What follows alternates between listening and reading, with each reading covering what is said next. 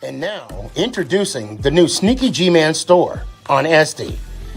All you got to do, go on to SD, type in Sneaky G-Man store, and you could get your very own Are You My Malacca shirt, Samsung cell phone case, or just a cap or a beanie.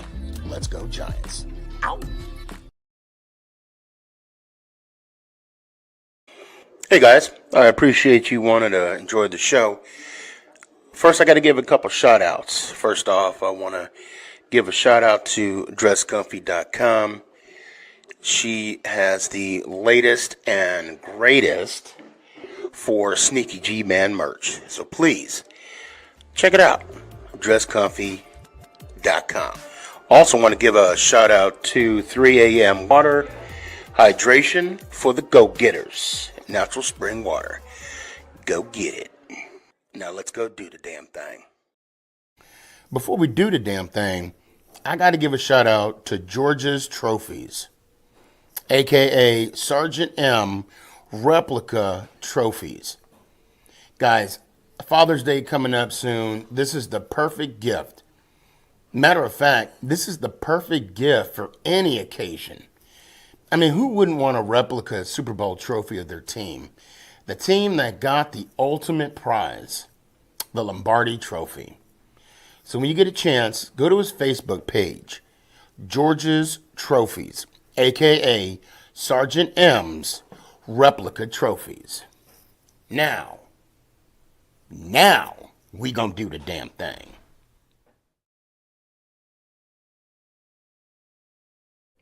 Is this thing on? It's your boy Stefan, a.k.a. Sneaky. Yeah.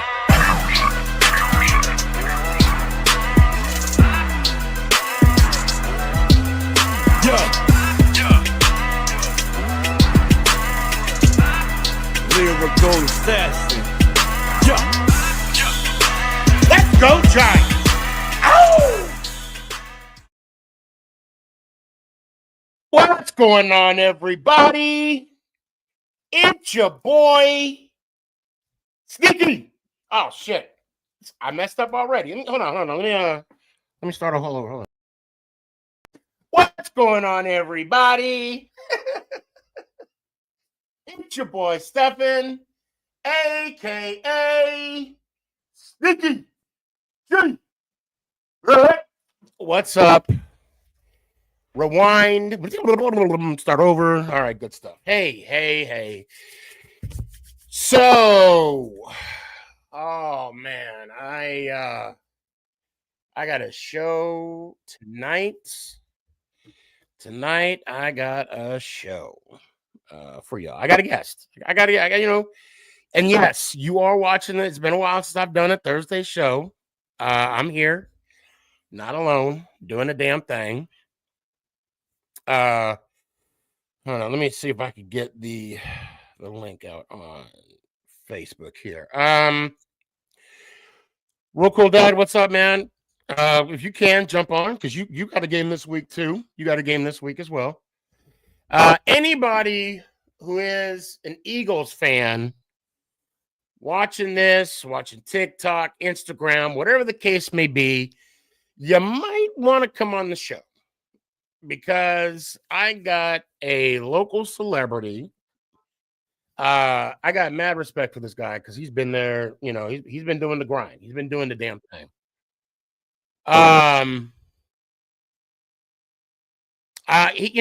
We met through TikTok actually, and it started with a bet which I lost. I sang Eagles Fly.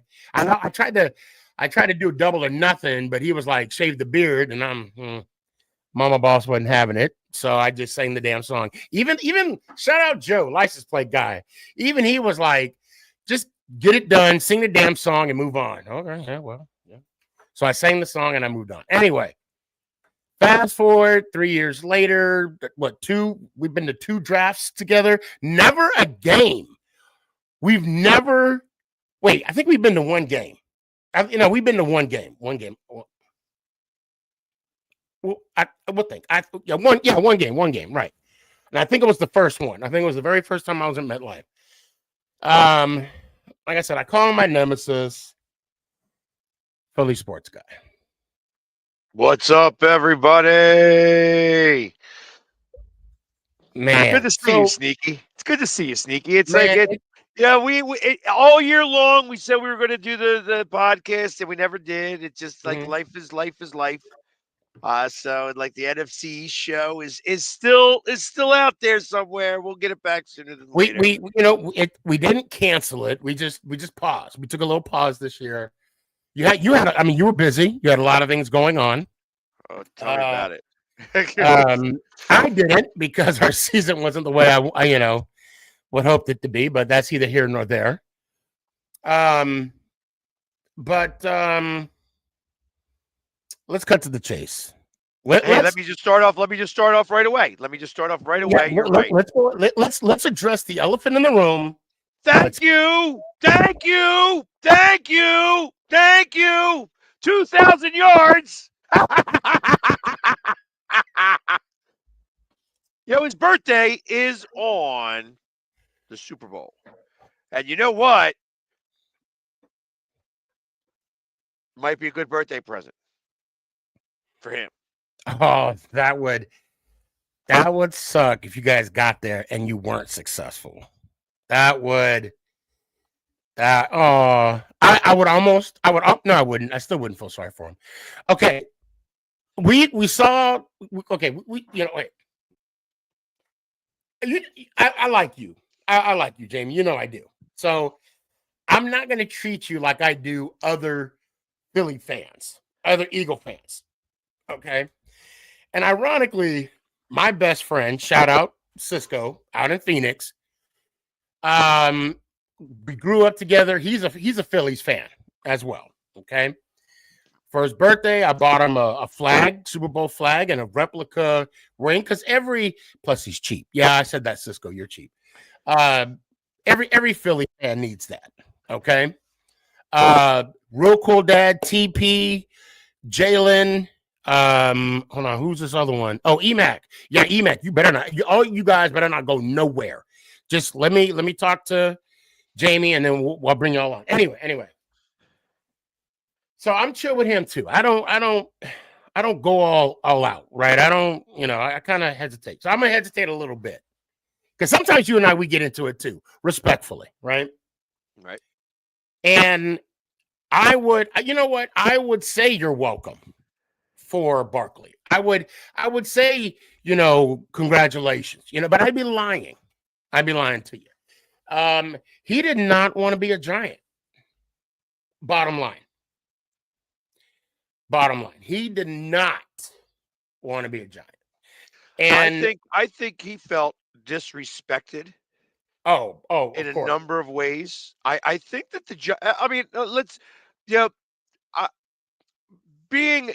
besides the fact that he's an Eagle, being just somebody who on the outside looking in, I kind of felt that the Giants really ruined the whole chance to try to get him back. Like I really feel and I feel like Mara kind of knew it. He's by far our most popular player on the team. Like that, I tell you, that Hard Knocks killed you guys. It showed how inept that office was. And that is why I say he did not want to be a Giant. Now, hold on. Before I continue, Tanya, thank you so much for your continuing support. I agree with Philly Sports Guy. He felt like we treated him like doo-doo. Well, she said shit, but I thought I said doo-doo.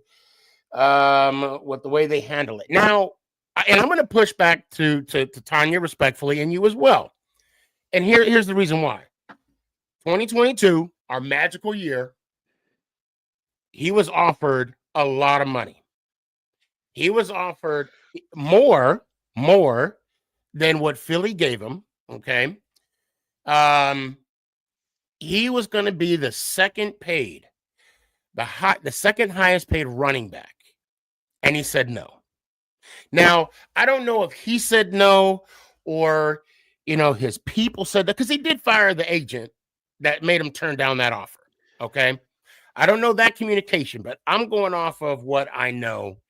And I want to say it was between 14 mil Not too sure about the what do you call it? The guaranteed money. Chris, so we'll get back to your comment too. But anyway, I think that is what hurt the relationship because they offered him a hell of a contract. He said no, and I don't think the next contract because he turned them down 3 times before he signed the tag deal. And Now, was that a problem with the old GM? well, no, this was all Shane. Really? This was all Gettleman was gone way before that. Yeah, Gettleman was gone way before that. Gettleman, okay, when we were in the playoffs in 2022, Shane and Dable took over. That was their first year, right? Because remember, Dable won Coach of the Year, blah blah blah. Yeah, but that was only what 2 years ago.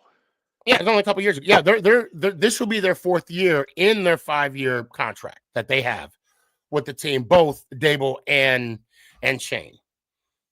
And I want to say on both sides, egos might have gotten in the way. And again, that's just my opinion.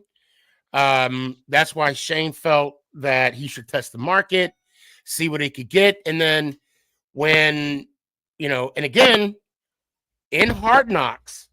Before he went out to the combine, his prep team said, they're going to ask you about Barkley. And he said, well, I tried to offer him a lot of money, and he said no. So the hell with them. And of course, the prep team was like, yeah, we should say. And of course, Shane was joking when he said he wasn't going to actually say that. And if he meant it, I'm going to say no. I mean, because the way he said it, right?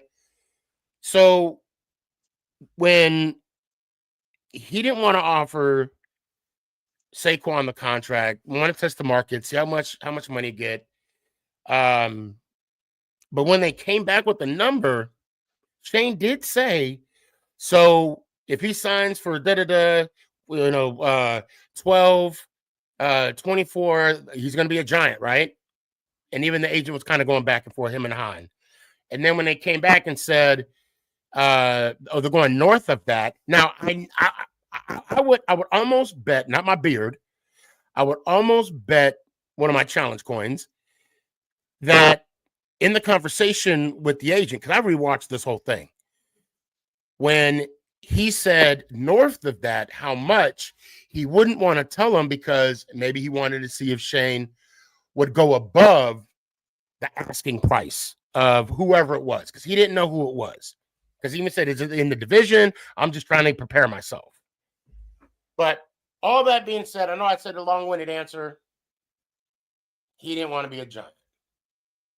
But my heartache, right? Like I felt as though we were lied to.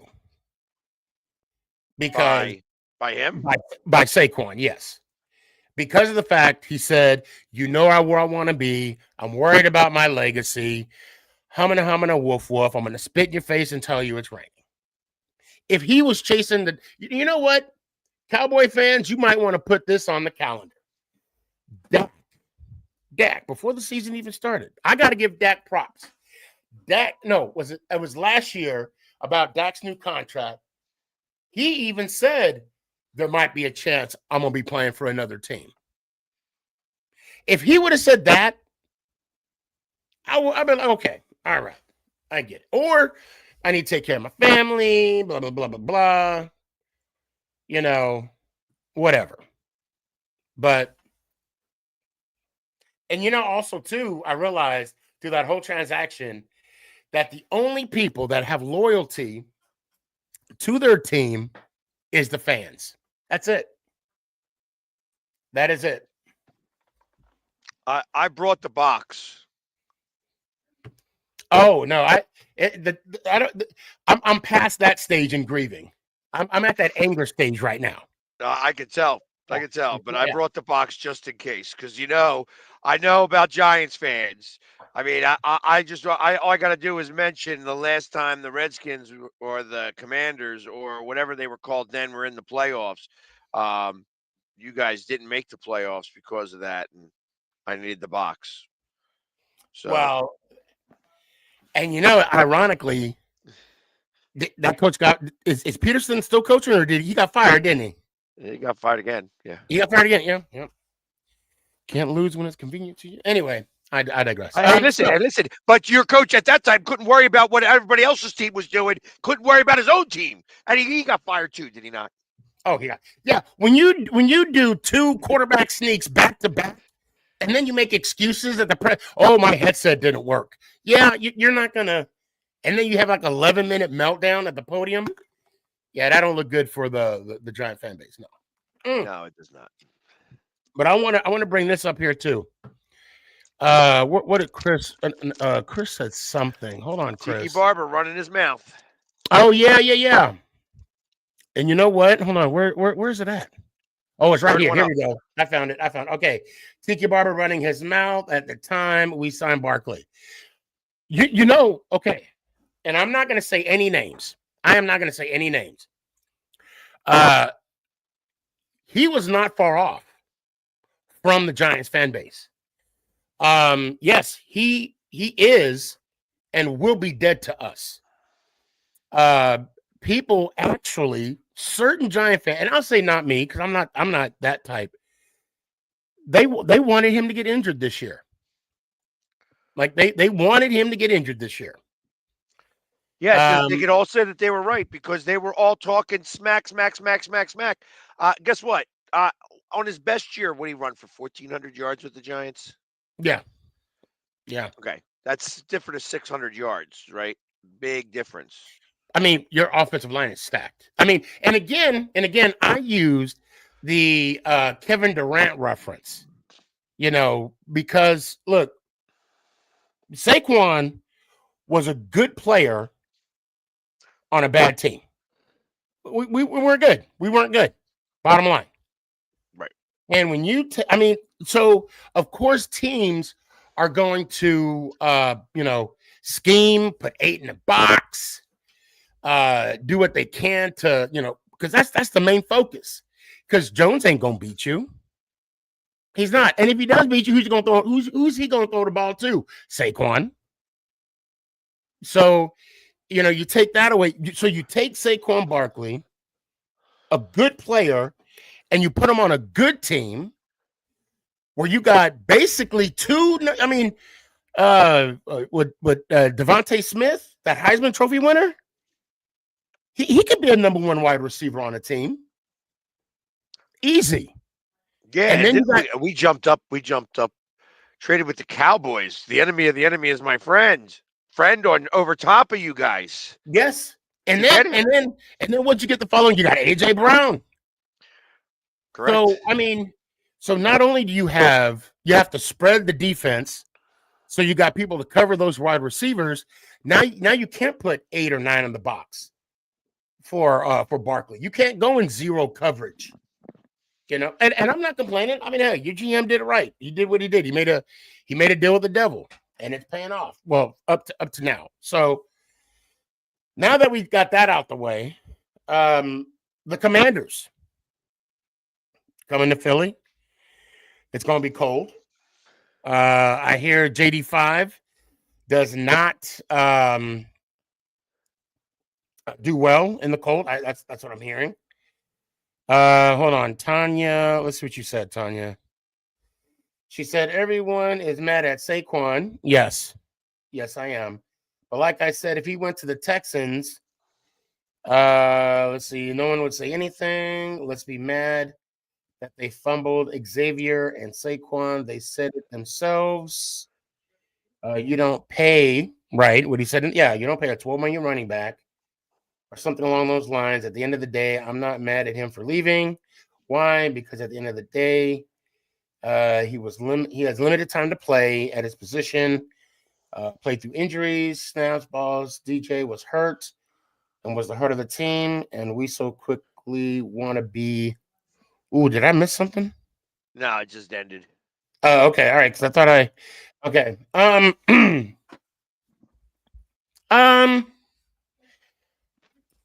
I still would have been mad. I still would have felt lied to if he went to another team. I still would have been mad. I still would have felt lied to if um because of what he said in the press conference and because of what he said on the phone with Shane. Yeah, You you know know where I what? want to See, be. that was the problem, though. I feel like that Shane saying that, he's like, "Oh, you're going to give us the right of the last chance, right?" Like, oh yeah, sure, Shane, because you really want to give it to me. Like that's what I kind of felt like. I felt like that Shane was talking out both sides of his mouth there. I listen. You know what? I mean, I'm happy to have him. And Who wouldn't be? yeah, especially after 2,000 yards. I mean, that's 100% like, love that. Um, I, on top of everything else, I feel like your GM has bundled or bungled a lot of things. Like you remember the last draft you and I were at, you guys had two picks in the first round, the second pick and the sixth pick in the draft. Now Thibodeau's the sixth pick in the draft, right? We had the fifth and the seventh. Thibodeau went fifth. Neal went seventh. Okay, right. Yeah. I thought it was second and sixth. No. I don't No. remember like that. But anyways, so Thibodeau is okay when he decides to play every play. He's okay. Um, um, how's Neil doing? A lot of people won't fight. They won't disagree with you on that. Right? How's Neil doing? You know what? He's rebounding. I'll say he's rebounding. Well, he But better do something. I mean, yeah, you can only go up from where he was. yeah. And the fact that the comments he made didn't help his case at all because look, I understand he's frustrated with playing, but when you start attacking fans, that's not a good look, and that's going to put a sour taste in the fan base's mouth. I mean, they're already calling him Eric Flowers 2.0, and I'm like, nah, Eric was a lot worse. Hey, He's a listen. lot worse. Hey, listen. You know what? When I really started to think poorly of the Giants organization, here's when I started to really think poorly: the Pepsi incident. Yeah, I The mean, Pepsi. Everybody, only the season ticket holders can get a free Pepsi. One free Pepsi to all season ticket holders. That's the fan appreciation day. I would agree. I mean, of course, I wasn't there, and You didn't get your Pepsi. No Pepsi for you. I didn't get my Pepsi, but I did get something else from the Giants that I thought was, and I still even got the foam on here too. You know, um, well, the coin I got from the game, but I mean, even though I have my own four, right? But they gave me, and a lot of the season ticket holders, and to be fair, this is probably the only true win we got all season as a fan. I would agree with that. Um, a nice ring set with the box, and of course a ticket, with the grades on it. So I will say this: in my opinion, I'm not going to speak for the fan base. I want to say they made up for the medium soda for giving us this set right here. This set ain't cheap at all. So Right. Well, I'll give that they to better them. have done something because the Yes, Pepsi incident yes. did not sit well. So the Commanders, right? Is there anything? Are you worried about this week, the NFC Championship game against a hot rookie and the defense? Now the defense, look, they just got done beating Detroit, one of the toughest teams, one of the toughest places to play at. What are your thoughts? And they did beat y'all once already. They did. I think it's going to be a good game. I'm not worried. I'm not worried. Not that not that I haven't been worried all season long actually. Mhm. So it's not like that. It's not. I think it's going to be a good game. I think that this is the NFC Championship game, and first and foremost, what I love to say is that there's only now two games that have not met in the NFC Championship game. One is the Giants in Dallas, Mhm. and one is the Eagles and Giants. So that interestingly enough, they have played Washington in an NFC championship game. Yes. And Washington has played everybody in an NFC championship game on Sunday. They will have played everybody. But the NFC East is got the most NFC championship games interdivision in all of football, both NFC and AFC. So that just goes to tell me that the NFC East, even though you guys are holding up the rear and really bringing up the whole back end of the NFL, that you guys are part of the best division in football. Still, without a doubt.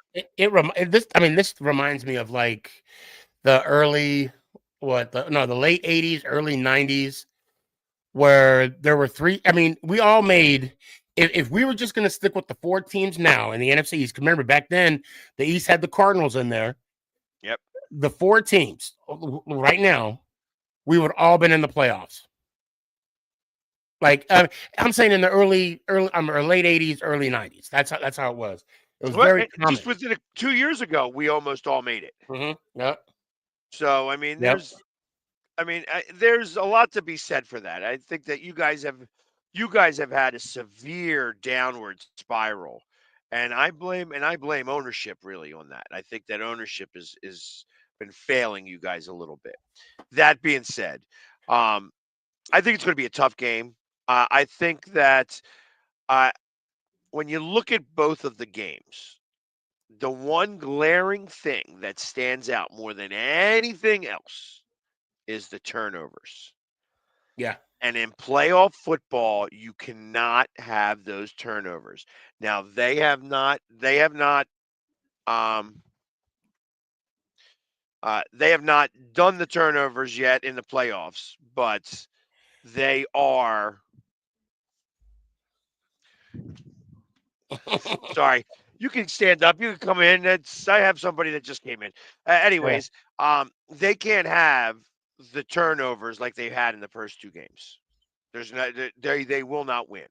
And I think our defense is playing too strong right now to be able to create those turnover situations. And I don't believe that we're going to have the same type of play calling.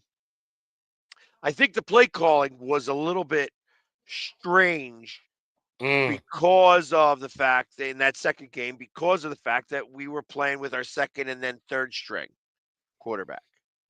So they didn't go have the whole playbook opened. And like I said, you got to deal with what you got to deal with, and they had ample opportunity to win that game and they lost it in the last seconds. So, and they're one of the only teams to I think it's only happened like 8 times in the history of the NFL where a team turned the ball over 5 times and won the game. Right. So, there are definitely things about that, but this is the playoffs now. And hey, congratulations that they were able to beat Tampa, which I thought that they were the better team against Tampa. Yeah, they were definitely. I felt that it was a really tough pull for Detroit to get them because they were playing very good. When they did when you compared the two, they're very similar. They're very similarly coached, and I thought that the defense of Detroit was going to catch up to them. That you could not play them. You could not play Washington the same way you played Minnesota. And they went in with that game plan and lost. And they couldn't make the adjustments. No. When you score 45 points on a team, that means that you didn't make adjustments. You couldn't make any adjustments the right way. And that's where I kind of feel that it was like, okay, that's what's life here. You were talking about the play calling for Philly. We could also talk about the play calling for Detroit. To me, they looked desperate when they didn't need to be playing desperate. I mean, you're going to do a flea flicker and have a playoff game, do a trick play, let the running back throw the football. What? Well, I don't mind some of that. But you got to pick your chances. You got to do it on second and short. like things like that. So there was yeah, and I'll be honest, I kind of expected that Detroit was going to win this game because I said all year You're not. long You're not the only from one. Yeah, you're not the only from one. the Yeah. very beginning of the season, I thought that it was. I said on every podcast that it was going to be the Eagles going up into Detroit, and that was going to be a really tough game to win. However, I thought that they could win the game if the coach made mistakes, and that's where I kind of felt that there was. That's where Detroit's weakness was the coach himself, that he But was going to be part of the problem. yeah, you know what? Maybe I mean I can see that. I can agree with that. Um, and I was I can't think of the times where, you know, he would do a fourth down. He would go for it on fourth down to where I thought maybe they were jeopardizing. And I want to say maybe it wasn't this game, but I do remember a game. Maybe I'm getting confused that it was like 4th and 10 and they were going for it. But for me, what really stood out was that reverse flea flicker was in my opinion, right? I don't know what they saw. I don't know what they anticipated from the defense. Because you got to have that to kind of dictate what plays you're going to roll with next, right? But for me, when I saw that play, and of course they picked it off, I'm like, yeah, I think the Commander's going to take this one. I Yep. truly did. And against the Rams, I actually thought the Rams defense was going to play a little bit better. Granted, yes, Sam Darnold was Sam Darnold, right? And I hate saying that about him, right? You Because mean the Vikings? I'm sorry, did I say Cardinals? You said the I'm Rams. sorry. I'm sorry, I meant Minnesota. Yeah, I meant the Vikings because yeah, I was thinking they were playing in Arizona. Well, shit. Anyway, yes, the Vikings. I'm talking about the Vikings, and I really feel bad saying that Sam Darnold played like Sam Darnold, but that's what he did. Actually, it wasn't Sam Darnold's fault. That was the offensive line, and the Vikings decided not to get off the bus. You know, like that. Literally, you can't have. He got sacked 9 times. He got hurried 17 times. He went back to pass like 35 times. Yeah. So I mean, it's like there was that offensive line played like doo, and that's you can't get sacked 9 times and expect to win. Sam Darnold's not Joe Burrow. Right. But Billy, are you there? I saw I went. Okay, good. Billy, let me bring Billy up. Billy's also an Eagles fan. So I thought maybe, let y'all have your little brotherly love for a second. Go Birds. Go Birds. Yeah. And I don't know. Let me ask you a question. Has anybody in Philadelphia won a spelling bee contest at all? Not the mayor. They not the mayor, not that woman a couple years ago. First off. Like, all right, good God. she did go, but it wasn't as bad as she said. Oh, it's ELGSES. It wasn't SES. She actually said LEGLES. She said that L very low because she already knew she messed it up. So she didn't say A, she said L. It was ELGLES is what she said. She understood she messed it up, and she lives with it now. Yeah. Of course. You know what? I'm gonna act like I'm Coach Judge right now, and I'm gonna have to look at the film. I'm gonna have to look at the film. Yeah, and when you look at it, you'll understand. Right. It wasn't an S. I know that they did that, and it's like, and that's like the other girl who said that, like that one time, who with the boyfriend standing there going, He's like, can we buy a vowel? Hold on. And also, I'll tell you, let me also bring in Real Cool Dad here. It's been a minute. Damn, does anybody have did anybody have light bulbs? Does anybody own a goddamn light bulb? Well, actually, if you guys could do me a favor and turn your phone sideways, so it'll fill up. There you go. Is that better, Jamie? Yeah, there's a little bit better light. Now I can see you there. You go like this? All right. We're trying to conserve energy around here. Do you have it? Do you have it locked? Well, yeah, I got it. Okay. There you go. There you go. So real cool, Dad. Yes, sir.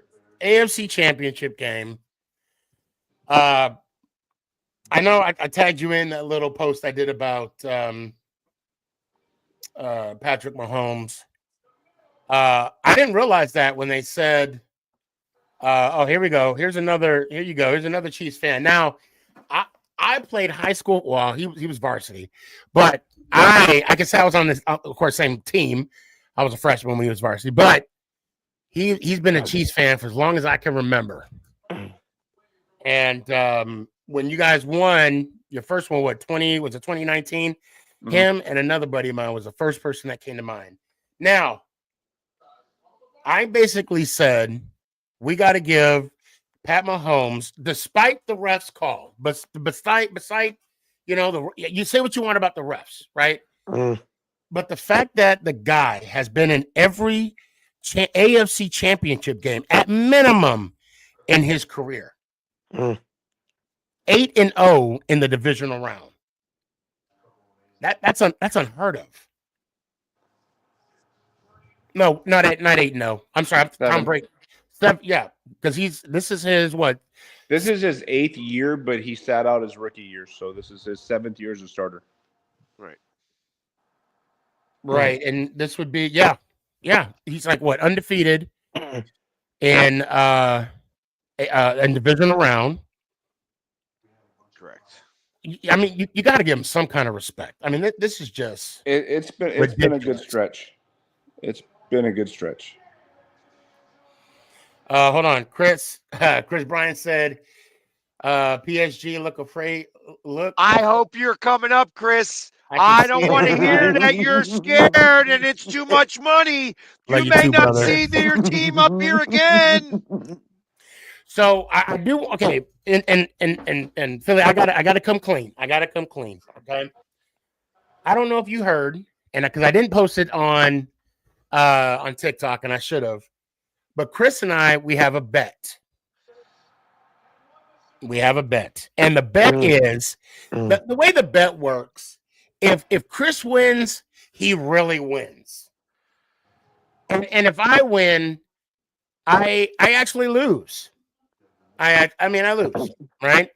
And I say that because, all due respect, Billy, Jamie, I do not want to see you guys in the Super Bowl. Wow. I don't care if you get there and don't win. Wow. I don't want to see you guys advancing. And I'm being 100% honest with you. I'm keeping it a buck. And what the bet is, if Chris wins, I will buy him his NFC Championship hat, and I will sing "Hail to the Commanders" on TikTok. And I told him, if they lose. And Philly, I even told him no bullshit. I won't do nothing smart ass behind me. Nothing, remember how I did the guy eating the brown donut? Yeah, no. I will sing "Hail to the Redskins," send him his hat. But if he lose, he has to send me a Giants hat. The latest and greatest Giants hat. So, like I said, even if I win, I still lose. Right. So, right. Look, I gave the Commanders a 0 chance to beat Detroit. I thought Detroit was the lock. But Chris said he's going to be at the game now. Philly's always been my pick to make it again. The way Saquan is just putting the team on his back and doing whatever has to get done. I gotta get TP in here. TP, here you come.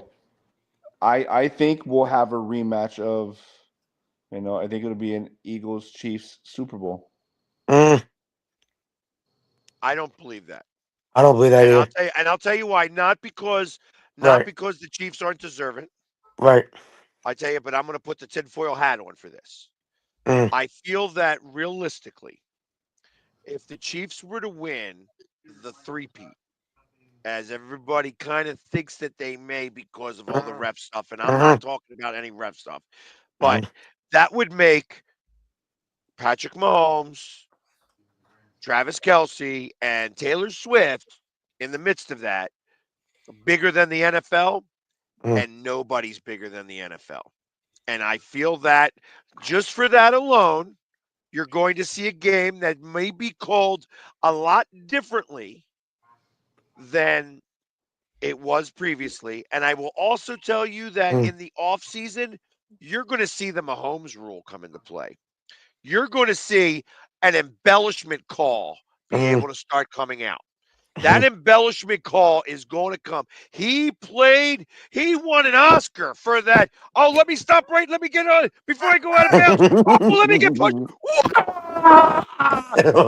it was so ridiculous. It was absolutely ridiculous and uncalled for. They're going to create the call now. But it's going to be a no 10-yard flag was penalty thrown for for that. So the Well, refs no, didn't because call they for don't it. have a rule to call it that. They don't have a diving or embellishment rule. So they're going to have a flop rule. They don't have it. No. They're going to create one. The NBA needs that. Now I'm going to tell you that's going to be NBA's got it hard. now. That's going to be hard to determine, and it's going to be so subjective that I mean, it's going to be discussed. I could see that, but for it to come into play, it's going to be hard to. And so, for example, when Trevor Lawrence slid and then that player hit him while he was going down. Yeah. That was a 15-yard penalty. That's absolutely a 15-yard penalty. But hold on. The amount of, I mean, I don't want to say hate, but the amount of hate that Trevor got, there's like, oh, he slid too late. Once the quarterback gives up his body, that's it. I don't understand why players still, dive head first. Right. I don't get that. So, but we're not talking about that. We're talking about I'm him going out of bounds. Patrick Mahomes is the king of stopping right at the line and trying to turn it back upfield again. And he does that purposely because he'll get some of those calls. The roughing the passer call, when you are right there on him, he'll get those roughing the passer calls or the illegal hit 15-yard penalty calls. And I'm telling you, they're going to create this rule because of him.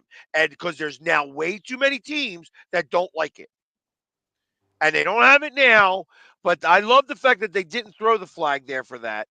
Me but too. the whole thing with I mean, obviously, I'll go back and say, yes, the helmet did graze the helmet on that first 15-yard call, but he hit the chest first. Yep. He hit the chest first, and I agree 100%. And the flag came out. But it was also because of the embellishment that he did of he hit my head! Oh, flag! Flag! If neither one of those calls would have been called, I'd have been fine. Right. You know what I mean? Right. The first one I could see. You understand football too, and I appreciate the fact that you the first one was close, depending on what camera angle you looked at. The second one, I feel like he toyed hiding behind defenders and then decided to slide in open field when the defenders were coming in. Like I almost felt like he put himself in that situation to get a flag. You know what I mean? And it worked out. He's finding a ways to make the rules work for him, whether it's for the betterment of the game or not. You know what I mean? I've been saying three-peat since week 1 this year, and I'm not ready to let that dream go. I'm not ready for it to end. I'm surprised. And you guys are here and with the possibility of it happening. So now, I mean, there's respect that's gotta to get to that. This game against the Bills is, I mean, I'm already nervous just talking about it. My stomach gets upset because of how big of a moment it is. You know what I mean? And I can't watch the game with family. I can't watch the game with friends. I literally sit by myself. Right. So What's that Chris say? says, I feel the same way about the Birds. We already saw what they do in the Super Bowl. It's Washington's time. Rookie You know quarterback what with the new Washington's age. time's going to be at the Super Bowl? On the couch. Yep. And listen, But you know, because I will say this. Let's talk about the reality of what the Eagles is actually going to do for the remainder of the season. I had picked the Rams to win that Eagles game. And here's why. I thought the Rams defense was good enough to hold back Saquon. Obviously wrong. I knew he ran the shit out of him the first game. I thought this game would be different. TP, And I I got just felt like Stafford's connection with Puka and Cup was better than what Hurts has looked like with his receivers lately. So I thought that was Yeah. going to be a thing. And Saquon said, it's not. I'm going to do this regardless. I You want know to what hear I mean? some. So TP, go ahead. You were saying? Well, first off, what's up, fellas? How we doing?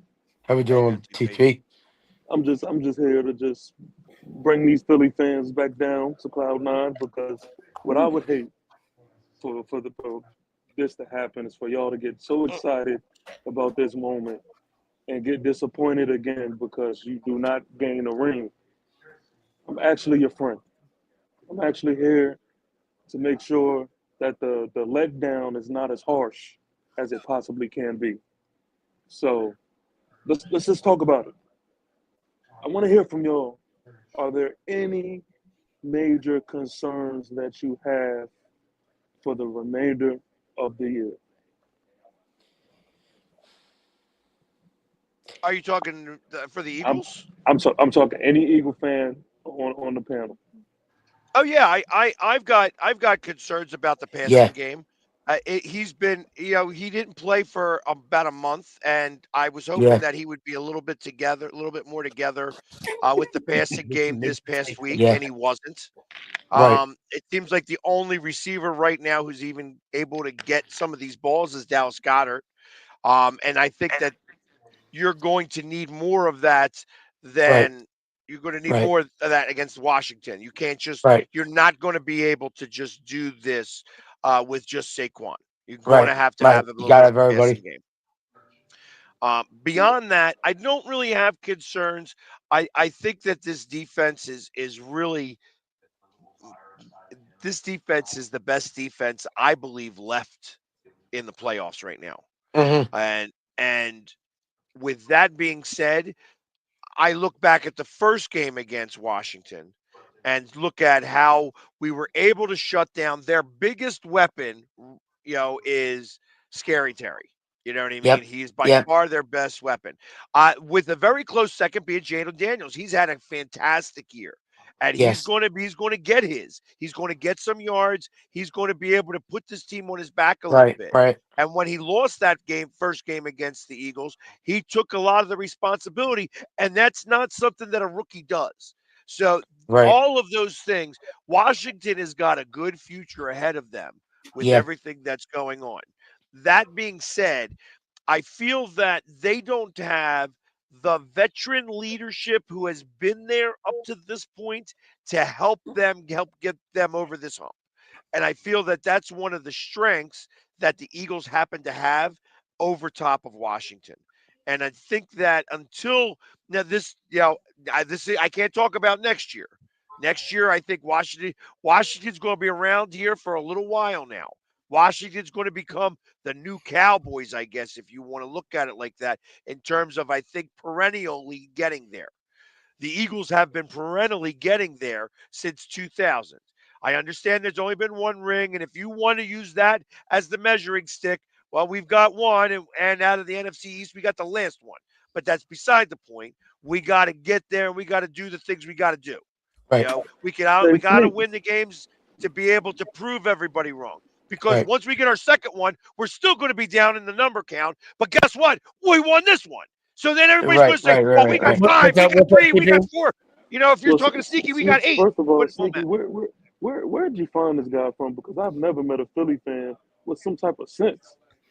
I mean, golly, I mean, about time I hear some type of He logic Yeah, Jamie and aka Philly Sports Guy, we go back. We go back. No, We beautifully actually do a said. show together. We just had it on pause this year. I mean, we'll be honest Beautifully and said. sneaky. I'm gonna let you finish your drink before I say this, so you don't spit it out. Mhm. Jamie has a lot of sense. He knows he has a lot of sense. But Right. let's not blow up Fashion his sense, head a no, little because too he much tucks in his now. jersey. He tucks He in his does jersey, take so his jersey. so Because it's I not look fly. fat. It's It not. looks fly on me.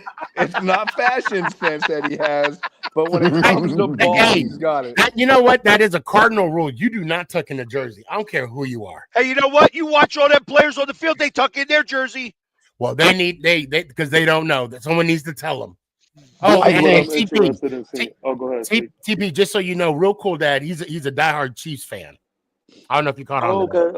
okay, Chief fan. Yeah. Okay, got you. I Okay. think I think for Sunday, I too don't have much concerns. I think that the losing to Kobe Dean, as Philly mentioned about the defense, I think losing him was a tough loss for the defense. So I think that the next guy up is going to have to really step in. I think that we just gotta, all the offense, I will say, has to do a little better.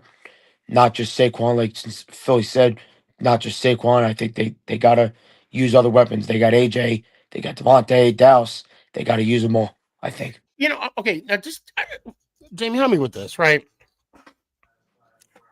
I've played football before, won a couple championships, been on some really good teams, right?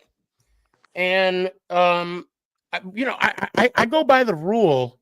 I mean, I've been on really good teams, right? And I've been on really shitty teams. Okay. Right. Where players want to fight each other. Okay. But when we're winning, when we're undefeated and we're rolling through the playoffs and we're raising trophies at the end of the season, ain't no fighting, ain't no drama, ain't no bickering, ain't no back and forth.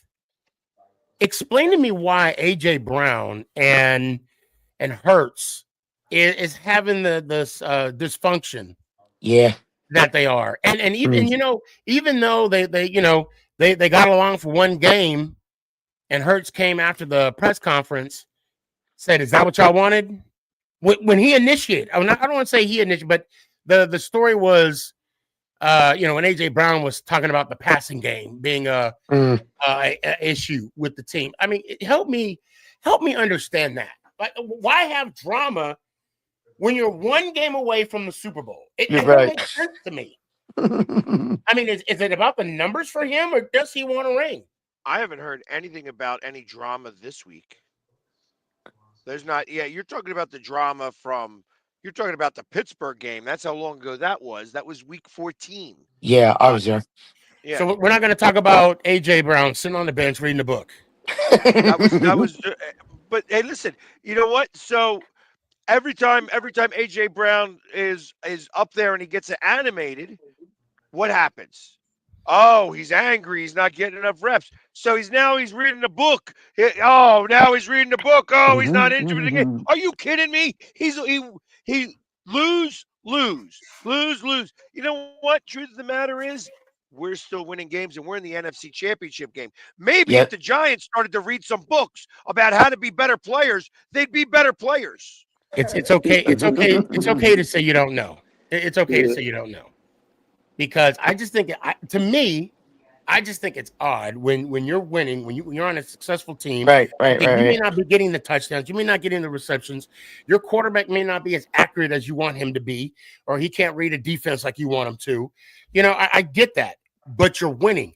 Freaking Keyshawn Johnson, when he got his Super Bowl ring from the Tampa Bay Buccaneers when they beat the Rams, the reporter said, "Are you okay with winning the Super Bowl, even though you weren't an offensive juggernaut?" He said, "I don't care. I got a ring." Right. Sneaky, you know what this reminds me of though? I don't know if y'all can remember this, but it kind of reminds me of two guys by the name of Donovan McNabb Mm. and Terrell Owens. When everybody just kept trying to push their drama back and was like, no, it's gonna be fine, it's gonna be okay, they're gonna figure it out. But they never figured it out. Mm-mm. Actually, think it's the that same. wasn't true at all. Nobody was ever saying that. They never had any drama until the next year when Terrell Owens wanted to get paid, and Donovan McNabb said, "What are you talking about? Like Donovan should have had his back as, hey, this is my receiver. Take care of this guy. He's part of the reason why we got to where we did." But Donovan didn't do that. Donovan's ego got in the way. So Donovan did what Donovan did and threw up in the Super Bowl and choked and was never any good, including when he went to Washington.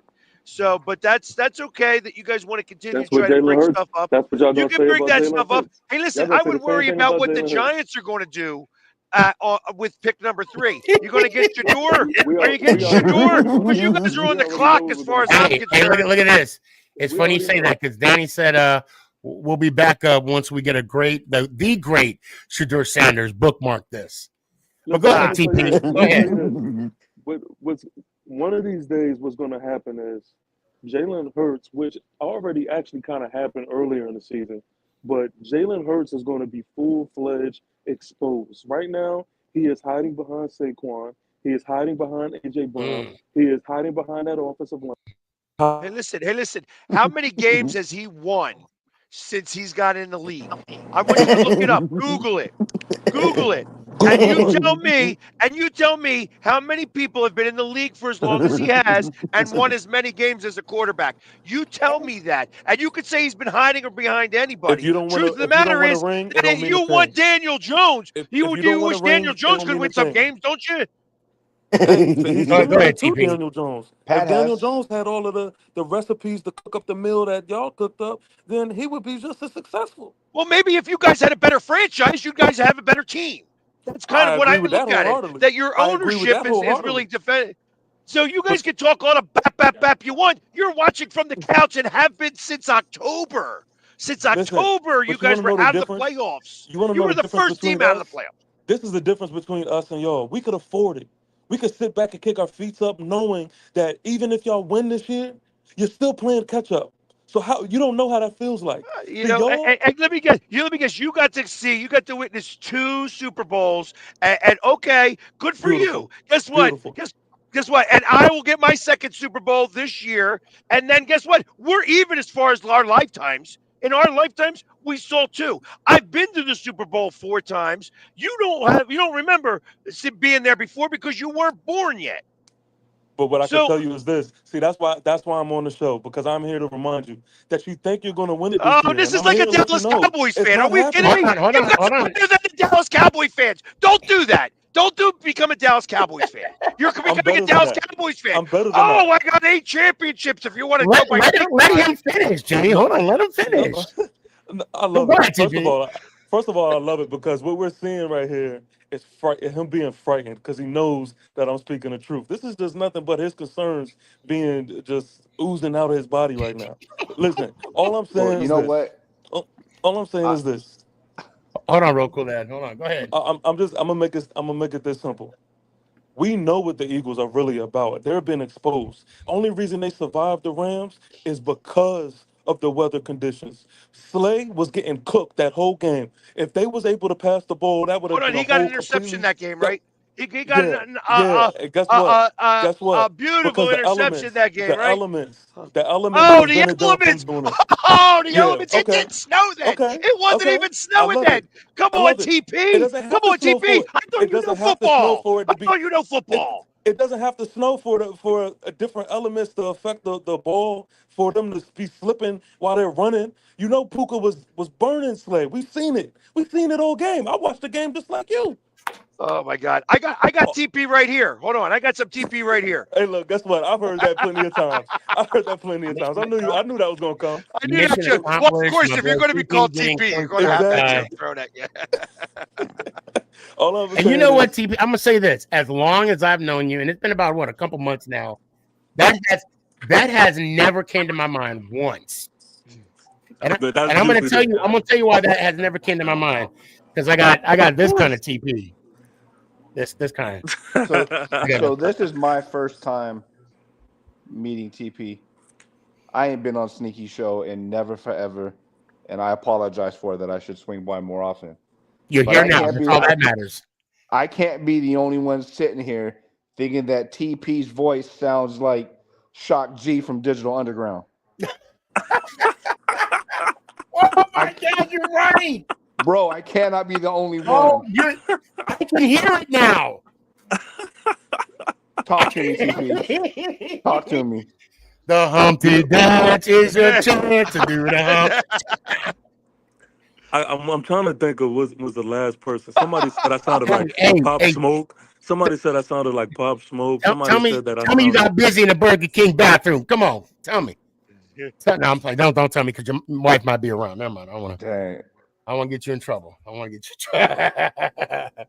Well, listen. All I am saying is, right now, what's going on in Philly is everybody's on the high horse. They think it's going to be this breeze, and for me, I'm just like, are we watching the same thing? Like, there should be a lot of nerves going into these next 1 to 2 games. I mean, I don't see a Super Bowl champion team when I look at the Eagles. I see a team that is barely holding on, and their luck is going But we to have run one out, ring, right? and especially We're talking about because this year. they have a ham See, at I'm quarterback. telling you. All right. See, and that just tells me that you're looking through the Giants colored glasses, and that's okay, TP. Listen, I listen. You can say whatever you want, and you actually started off good, but now you're saying that you think that whatever. I mean, it's all good. It's all good. But So let we me ask you can this. we Let can me ask you say, this: you know what? Here's the what are they thing, going to Jamie. do? What are they going to do when they start filling in the box, right? And they're focusing on Saquon, and then they're going to really make Jalen Hurts open up and throw the ball. All right. What's going to So when happen you then? think that occurs, if they say that they're going to put 8 men in the box when they start filling the box, you're going to watch Dallas Goddard be able to go over the top. You're going to actually see, you actually see them actually go probably in a little bit of a big where you'll have Calcaterra get some catches like he did in those 2 games. You're going to be able to see a lot of different things. I mean, listen, the last time we played, AJ Brown got 100 yards, or actually it was 91 yards. It wasn't 100, but he got 91 yards against the Commanders, and that was without Jalen Hurts throwing him the ball. That was the second and third string throwing him the ball. So I don't want to go ahead and say that you think that you're right and like, oh, you got like all this stuff. The truth of the matter is that you're dead wrong. Look at the games that we played against this team already. Look at how we've done all season long. I Yeah. understand the playoffs. The playoffs have been a little bit different with the passing game, but the last time we played the Rams, we rushed for over 300 Yeah. yards. Yeah. 300 yards. So, what did you think the game plan was going to be? Do you think it changed? Saquon Barkley, who you should know really well, also, he's the only player in NFL history to have 4 runs of 60 plus yards against one team. He Right. had 460 yards rushing against one team, the Rams. So, yes, the passing game needed to be non-existent because they couldn't stop the run at Game plan. all. Right. You But got the what I'm right telling game you plan is, for the right team. if that game turned into a shootout, which Nick Sirianni fails time after time when it is games like that, because for some reason he just has to put the ball in the air. If that What are would you have turned talking into a about? We've been a yes, second half because team where they've made adjustments to the pass or to the run. We've done all of this all season long. There's a reason why we've only lost 3 games this year. Mm. I'll say Uh, this. yeah, you're welcome. You're welcome. I have money down on Philly winning. That's where my money is this week. Okay. Now, if Philly loses, I think now this is all assuming, right, that the Chiefs win the AFC Championship game, because other than that, it doesn't really matter, right? But if Philly loses and the Chiefs win, I think Washington is a much better matchup for the Chiefs to win the three-peat than it would be if we face Philly. Mm. Do So, you all have Philly right, winning the bowl? Is my question. What's that? I'm you say I'm asking. I'm you have asking. Do Philly you winning the Super Bowl if they win, if they beat the right? Commanders Sunday. If it's a Philly Buffalo Super Bowl or a Philly Chiefs Super Bowl? Philly Chiefs Either Super or. Bowl. Either or. No, if it's a Chiefs Super Bowl, there's no way I got Philly winning. Not a chance. No way. And I wouldn't be a fan if I voted if I picked against my team. No. I'm calling three-peat until three-peat's not an option. Okay, but what if Buffalo? What about Okay, Buffalo? so here, if Buffalo and Philly, I would probably pull for Buffalo. If for no other reason, I remember back when I was a kid and Jim Kelly took them to four straight and lost all four. Like, I got a lot of friends who are Bills Mafia and Bills fans, and I'd love to see them get their first one. I was saying earlier this year, if the Chiefs weren't in the Super Bowl at all, like we were knocked out, But that's a rooting interest, though. That's a rooting interest. I wanted to see a Buffalo Detroit Super Bowl. If the Chiefs weren't in it, that was Yeah, the Super Bowl that I wanted to yeah. watch. Mhm. Well, okay. I looked this up real quick. I'm gonna talk about rushing yards. Okay, Mhm. against the Commanders, Philly, first game they got 228 rushing yards. Okay, second game they got 211 rushing yards, and those are the two games. So, however, passing game, Jalen Hurts. Well, I don't know if it was Jalen Hurts. I think the first game was 206, and then the second game, which was the one that they lost, it was 127. Right, but that was also with our second and our third Right, right. quarterback. So it's like that's yeah, we had one that had a concussion. Well, Jalen Hurts had a concussion. Uh Pickett had broken ribs, so they had to go to our third So string. let me just ask this question real quick.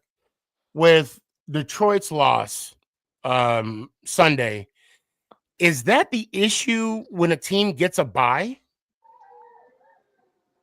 I No, mean, no. No. I think that this came down like the 22 the 22 injuries that they had on their right. Yeah. defense Yeah. finally came up. That they finally had to pay the rent on that, and they just came up against a really strong Washington. Listen, Washington can score points, and they've got the right weapons to be able to do some of that. You know Mhm. what I mean? So it was like it's listen, Washington deserves to be here. So it's not Yeah. like that they are some pushover here. We got the Eagles got to win this game. You know what I mean? They're going to have to do whatever they do to win this game.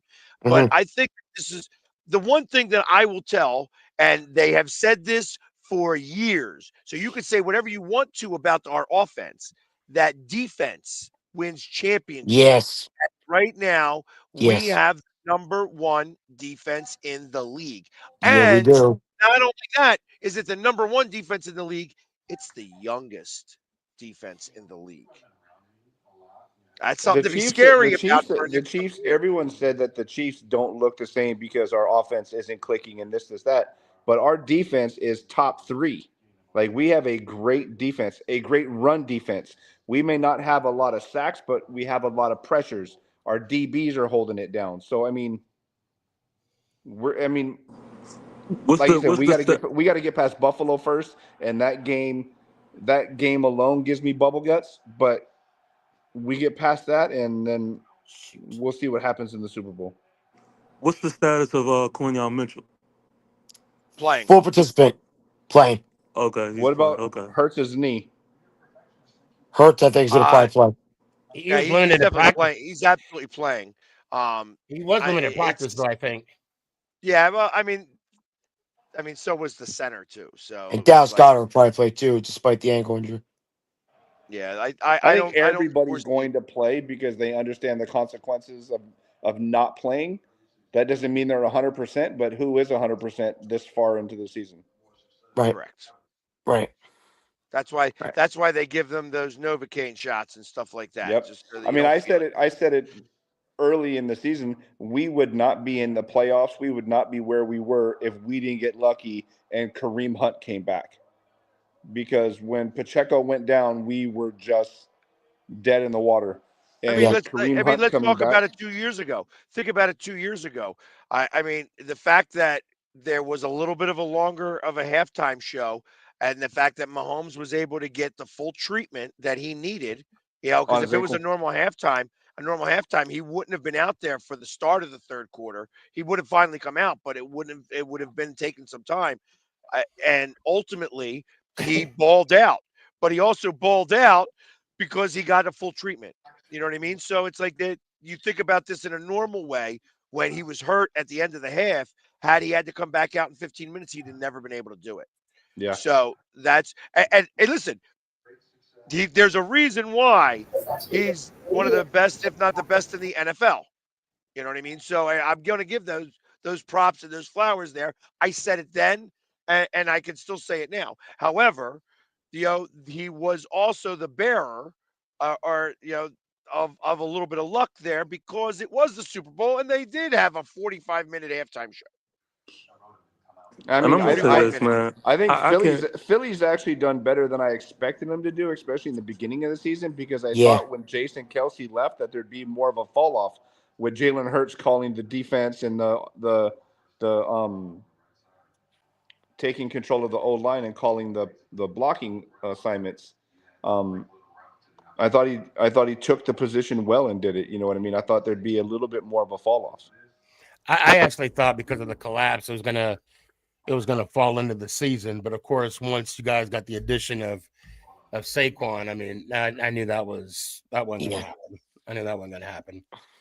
TP, did you hear my whole spiel about Saquon to Uh, to Philly yeah, Sports Net? I heard most of it, and Um, I'll be right back, do guys. I'll you be want right to? back. Okay, do you want to add? Do you want to take away? I mean, look, I'm going to be 100% honest. I don't have that. I'm not mad at Saquon too much. Well, I kind of agree with Philly sports guy is I'm more upset at our franchise. I'm more upset at us because we have the approach that you can't build around a running back when Philly is literally showing you otherwise. Yes, you can. They're literally showing they but literally hold are on. showing But you but to what be to do with fair, them. they already had those pieces in place. He was just an But it addition. doesn't matter. It doesn't matter. Right, We right. we then we get the pieces then. I mean, with what I have to give credit to Philly for doing is having a vision. And no, I mean, if you take away Saquon, even they still had DeAndre Swift, which Hey, was a really Jalen, good you fit have a for him. lot of outside note. Your mic is picking up everything. I'm just gonna when you want to say something, go ahead and mute yourself because you have a lot of surrounding. So it's still at the recipe though. You have to think about what they're doing in totality. Good offensive line. They got their guy in receiver with AJ Brown. They drafted beautifully in getting Devontae Smith, which was that I'm not even going to bring up that fiasco on how and then when Dallas worked together. That's one thing, but even them picking up Saquon, I was like, okay, well the Giants they want to play around with him. All right, well we'll show you what to do with him. If you remove the biasness from it, you can only respect it, and that's what you would hope for your team to do. Why are we not building a plan, having a system, and putting the players in that system to building something that is dominant? So I agree. I put that more on our franchise. I put that more on our GM. And honestly, Saquon is really making the New York Giants feel it. He's really making everybody feel it right now. Y'all had these And to be doubts. fair, also McKinney Okay. too. 'Cause McKinney, he's an All Pro. McKinney as well. Yeah. But it says something about our organization when players leave and they go play the best football that they have played in their career And when they Leonard get up Marshall. out of New York. Let's forget about That's an internal issue. not Leonard Marshall, number 70. I'm talking about Leonard Williams. Shout out Leonard Marshall. Yeah, that's a GM and coaching issue. Hmm. I'm gonna go ahead and I bring. agree, and I agree. And see that now that would be the TP that I actually understand and know. You know what I mean? I get that. Like that's see that's actually very intelligent speaking there, because it's not it is your franchise that's doing this to you. You guys, I listen. I feel like that you guys have not had an offensive line for a while now. and it's been to the detriment. You can get Shador Sanders, but Shador Sanders is not going to be anything more than a little bit better than Daniel Jones because you guys don't have the offensive line to protect him. And this is the NFL, which means not for long if you don't protect your quarterback. And that's ultimately the situation. The Eagles spent years to get to this point. We got a little lucky with being able to get Mailata in the lineup. You know what I mean? He was here for 3 years learning, eating, crapping how to play offensive line. So to become one of the best offensive linemen in the game. Until you guys start to have those pieces in place, you're going to be fighting those battles because that's what won you guys championships back then. And even so, and I'm going to be on Good Day, Good Morning America tomorrow. So I'm going to be able to get to talk to my buddy Strahan. You know what I mean? He hasn't heard from me for a minute because I didn't get to see my buddy this year who knows him and got him on speed dial. But I'm going to get to say hello to Strahan tomorrow. And tell him I said hey when you see him. just like I did when I saw Me too. Tiki, right? I saw Tiki and also Banks too. Oh, and I saw Banks at the Dallas game, and I told him, I said, I appreciate the love you gave me with the Philly sports guy. And he was like, oh, yeah. He said, only for you. Well, that's what I did. I told him I dropped your name and did that. The same thing what I did with Tiki Barber. But I'm telling you, it's the way you guys are going about it. And until your GM starts to realize that NFL games, it don't matter. Like you could have a great quarterback, but even Patrick Mahomes would not be any good if he didn't have the pieces protecting him. And all championships, every championship is won in the trenches. But it also comes down to That's a fact. consistency with head coaches, offensive coordinators. Like you can't have a coach and then fire him a year, 2 years later, and then a new guy here, a new guy here, a new guy here. There has to be consistency. Yeah, we can't be like the Jets. That's for sure. But it all. My fault, Sneaky. No. You get. I just want to say this real quick. At this year, and I've noted. Look, for example, the Jets. The Jets got a new head coach. Are they going to fire him next year? Not this one. Not this the one. Raiders are still paying 4 head coaches and 3 GMs. Right, and we had that conversation too. Look, we do need some kind of consistency, but you also in that consistency, like right now, I'm all for keeping Dable and Shane this year, but I need to see some kind of progress. I need to see some kind of improvement. I like to think that we're all benefiting from the Giants. Mm-hmm. You got Saquon, we got the defensive coordinator. Like we're all benefiting from the Giants, and I appreciate that. And he did. But the thing is, everybody's going to continue to do that until something changes. Everybody's going to continue to benefit from us, and that's just. And Spags. He interviewed for the coaching position, but they went with Judge. Can I say something about the Chiefs too? Go ahead. Because Clinton, I see you down there. I get it. Playoffs will. But it's disgusting. Y'all journey to the Super Bowl is just the way y'all do it is just completely disgusting. I don't know what y'all have underlying bets with these refs or what the conversations is. But I literally watched y'all last game. And the way the refs ref your game versus everybody else's in the league is just completely just disgusting. And I know y'all may sit here and y'all may act like y'all don't see it, but everybody else on this panel sees it. So something has got to be done sooner than later. Tipa, can I ask on that too? On that? Yep. We said the same thing when Brady was around too. We said the same thing, but not so much. Yes. I think there's a reason why in the AFC, No. it was New England that went to like, what was it, 8 out of 10 AFC championship games. And now that the Chiefs have gone through 7 in a row AFC Championship games. I mean, I think that that's all they can do over there. There's only two teams that really like to go there to these games, and And the don't refs forget want to make about sure that that occurs. Joe too. Now he was in part of that mix. I got one Yeah, but question. Joe won an AFC Championship game against the Chiefs, but the Yep. Chiefs were there. Yeah. Right. So I'm talking about AFC And see that. Championship games. I'm not talking about just What's See, up, that's the Enoch? thing. When I see It, this, go ahead, my fault. okay, is Josh Allen and Tom Brady? I mean, Josh Allen and Patrick Mahomes the next Peyton Manning Tom Brady rivalry? I see people saying that a lot. I mean, Like, I don't know if I see that at all. I don't know. It's possible, but I don't think so. I think Joe Burrow has been proven that he's like the next Peyton Manning as far as that.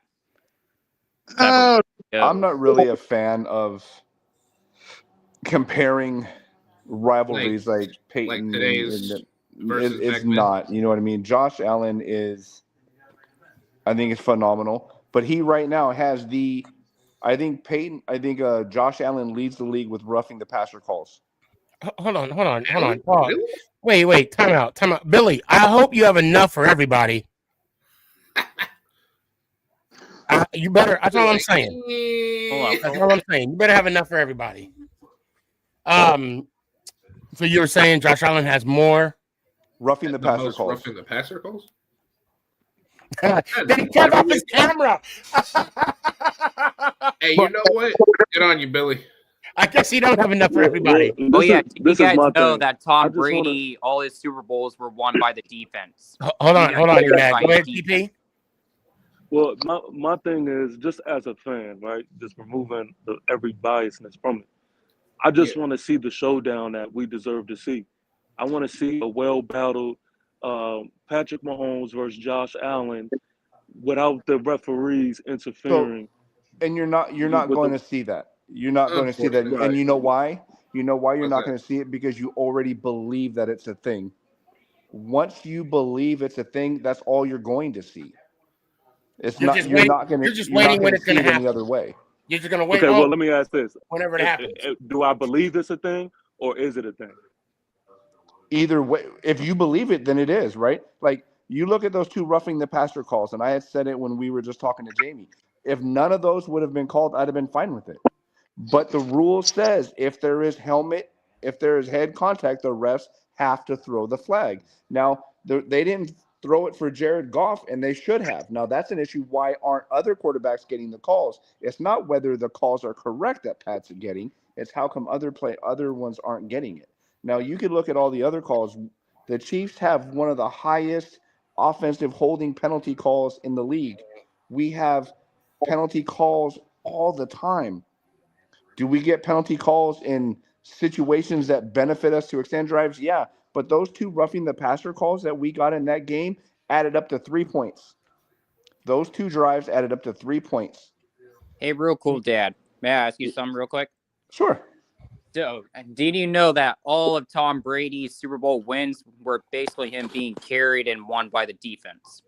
Hey, they still had to put up Mahomes points. never really had to rely on his defense to win Super Bowls. Look, man. The team, in order to win, you still have to put up points, unless the defense Brady is has scoring more all the points. defensive all-stars than Patrick Mahomes.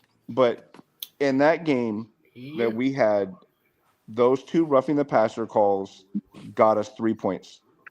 They still gave up a 63-yard kickoff return, followed by an unsportsmanlike conduct. We blocked a field goal. They missed one. They missed an extra point. We sacked. But there's calls CJ throughout Stroud. the game that I'm referring CJ to. Stroud 8 times. 8? 8 times. Jesus. So calls didn't come into play in that game. Well, and also the Texans too, just got outplayed. let's just call it like it is too. Okay. There's been an issue, a long-standing issue with the consistency of referee call in each game. I wonder. You're talking about Jared Goff. You're talking about Patrick Mahomes. I mean, shit. We even go far as Cam Newton getting hit. You got to remember that. And then the Mike, hold on a sec. And you got to remember when Cam Newton was getting hit, and the ref said, "Oh, you're young enough to take him, or you're a young man." I'm going to say the only person who has a legitimate gripe about Patrick Mahomes getting calls is Jamie, because that holding call was iffy as fuck, No, and no, that led no. us to No. winning that Super Don't Bowl. say that. Don't say that. Bradbury admitted that he held him, and I grabbed, just got called. but it didn't affect the route or the ball being catchable. It We did would have affect won the the route. ball, bro. We would have And won the the ball. thing, real quick, even if it wasn't called, the Eagle, what is it? The Chiefs would have still had to take the field goal. Yeah. Yes. But You guys were still in position. It wouldn't have been a chip shot, but Bradbury flat out, and I give him props for saying I held him. I got caught. That would have been the Eagles' chance, and either for a game winner or tied. On a side note, Go ahead, Sneaky. I'm I sorry. want to say something to you, E Mac. You are a man of your word. What did I say? What didn't I? So those that don't know, the beginning of the season, Oh, Chris, that E Mac made a bet with Dallas Cowboy. Now Philly, hear me out on this one, right? Hear me out on this one. I'm already embarrassed in the show. So, no, don't be embarrassed. Don't. I mean, this is a good thing. This is a damn good thing. I think so, because you follow through. Bets paid. I don't want bets made, right? Or bets made, bets paid. So, Jamie, in the beginning of the season, EMAC made a bet with Dallas Cowboy Chris that the Commanders, it's a ballsy bet, would win the NFC East, right? Wow. Would win the NFC East, and he bet $500. Ooh. And you know what? The man paid up. Yep. Sneaky, talking about paying bets and paying up. Did that young man ever shave his head at the mall with you? Nope. I do have one question. What Cool Dad said a few minutes ago. What is a questionable helmet call for anybody? So, all right, I'm going to talk about that then. If we want to mention this, the helmet to helmet call that he got, that first one, where I'm talking about he actually hit, he hit the chest first, and actually came up and grazed like the bar on his helmet. That's really what kind of happened there. The referee was in a poor spot to see it, and he only went off of Mahomes going, "Oh my God, I got hit in the head!" The embellishment call. Hey, he's not wrong. He's not wrong. He's not No, wrong. I'm not talking about just that game. I'm talking about any games in the NFL and college. What is qualified helmet to helmet? Is it shoulder to helmet or is it helmet to helmet? You said it. It's helmet to helmet. Yeah, but That's a see, helmet to helmet call. Clayton, you got to understand, those type of calls are hard to determine on the field. Okay. I mean, they're not able to be challenged neither. No, well, in college they do, because it's targeting, and they want to make sure they get the call right, because that causes the player to be ejected. Okay. Now it's a that's why they call it a bang bang play. Correct. Because in the pros they don't review it as much. Okay. However, However, they have the review in place now. That will get changed more next year, I believe. I think that they started doing it this year. They did not. They've had the assist. That's why I don't know if you've noticed, they've got two cameras in the sky now. One camera always looks down on the ball, wherever the ball's at. Right. Yeah. The other one is like the one that they use to follow the play and stuff like that. So that's going to be more in tune next year, I believe. They're going to have the referee assist. So you're going to get the flag from the camera coming. And Sully, yes, I understand your pain. Jamie is just he's one of my good friends. So that's and you know what? I'm sorry, the Lions fan. Listen, I have no, Lions. No, he's a Giants fan. Sully is a Giant. That's just his name. He's a Giants fan. Well, I'm sorry. Well, that's so. Hold on. Where they at? Where they put him? Here they are. Oh, Jesus. Mike, you have been very patiently waiting. What would you like to add to the conversation? Mike. Philly sports guy, how's it going? I know you're ready for the Super Bowl.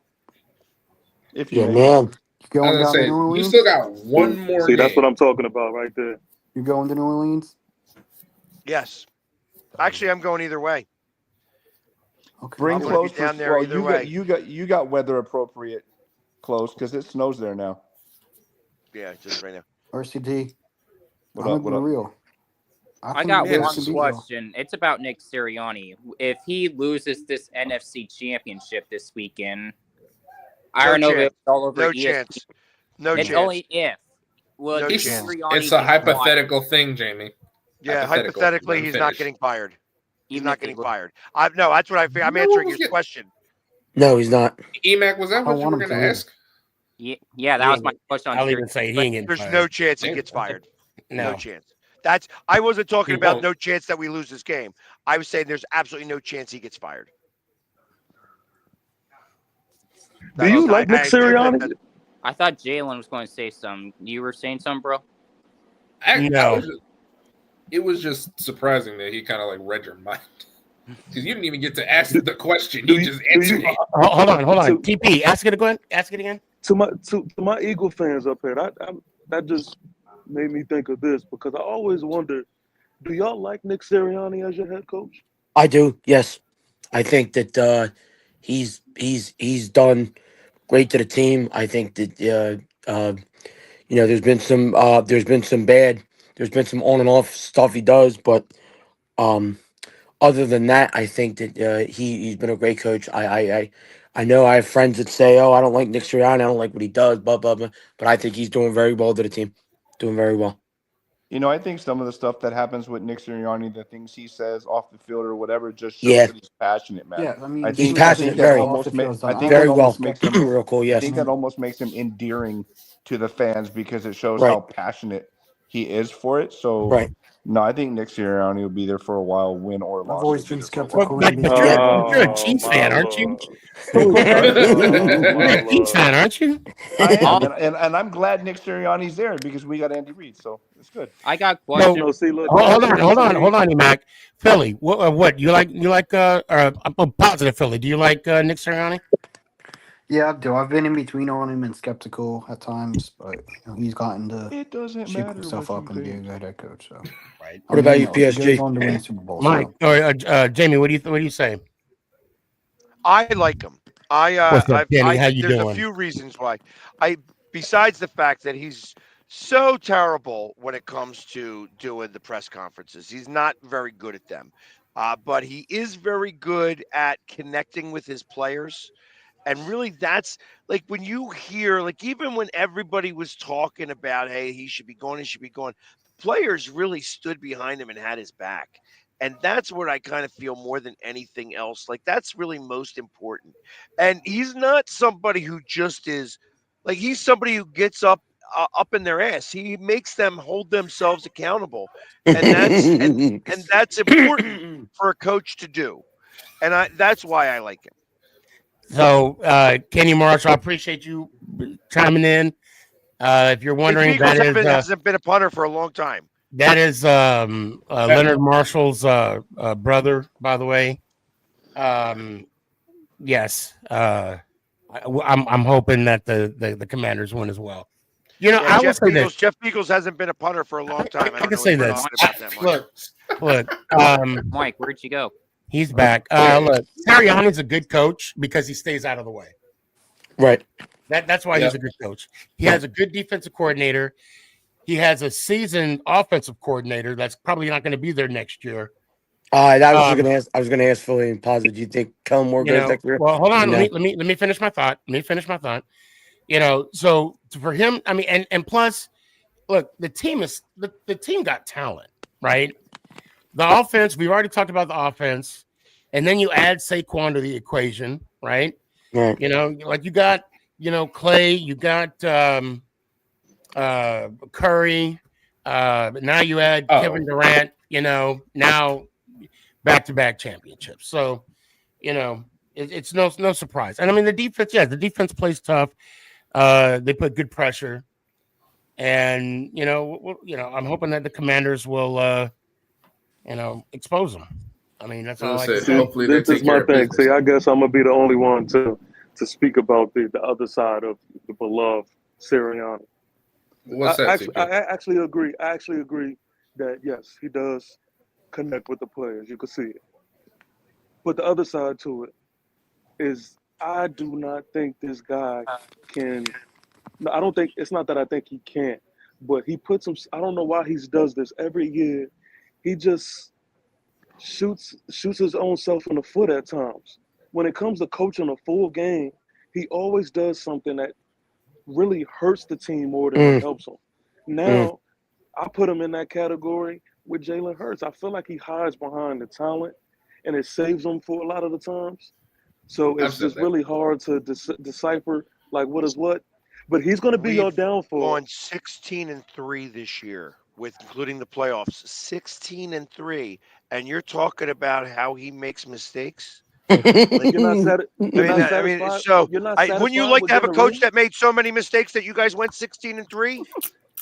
I would like a coach that can prove to me when he gets to the playoffs, he will help us get to the big dance and win it and get us a ring. So hold on, he's got to the big dance for the first time ever and lost in a very good game. In a very good game, maybe one of the best Super Bowls ever played. He hides behind his tears during the national anthem. What? Head coach. I'm sorry. Sneaky, I gotta go, brother. Hey, real cool, Dad. I appreciate you, man. I appreciate you, man. Jamie, Hey, good luck this week. Yeah, real cool, Dad. I'll talk to you guys later. Yo, let me hear one time, man. DRCD. Say it again. Let me hear one more time, man. Let's go, Giants. Ow. Appreciate you. All right, I want to say something before I go. And y'all Eagles are another Ohio State Buckeyes in the NFL. y'all gonna be real surprised what I'm going to say. What you got, Clinton? G-Man, TP, and Philly might know this guy. Carl Malone, the basketball player. Yo. Some for Houston, Texas Houston, as a defensive end guy. Did anybody knew that? What? Plays for Houston, Texas, as a defensive end guy. Huh? Oh no, okay. I thought you said tight ends. No, defensive end. No, I don't know. Yes, I looked it up because Karl Malone's other son plays for Colorado basketball team, and did not realize Karl Malone had a son plays for the Houston Texas. I was wondering. You said his son. Okay. Mike wants to give his final thought. Oh, I was like, wait, what? But oh no, that's a fun fact. I didn't know that. Okay. I didn't know that either. Oh, this guy says Eagles are another Ohio State Buckeyes in the NFL. So I just want to say that, G-Man, have a good night. TP, Jay, Phillies fans, good luck to y'all Sunday. Hope y'all lose. Good. Same to you, Clinton. Good luck. And good luck to your Chiefs on Sunday, Clinton. Appreciate you, fam. Appreciate you. I love how he says Eagles are another Ohio State Buckeyes in the NFL. So listen, I don't mean to cut it off, but I got like 5 more minutes because I'm starting to drag and I got to be up early for right. We're probably gonna end it. Let's see. Emac, give me your final thoughts. Make it quick.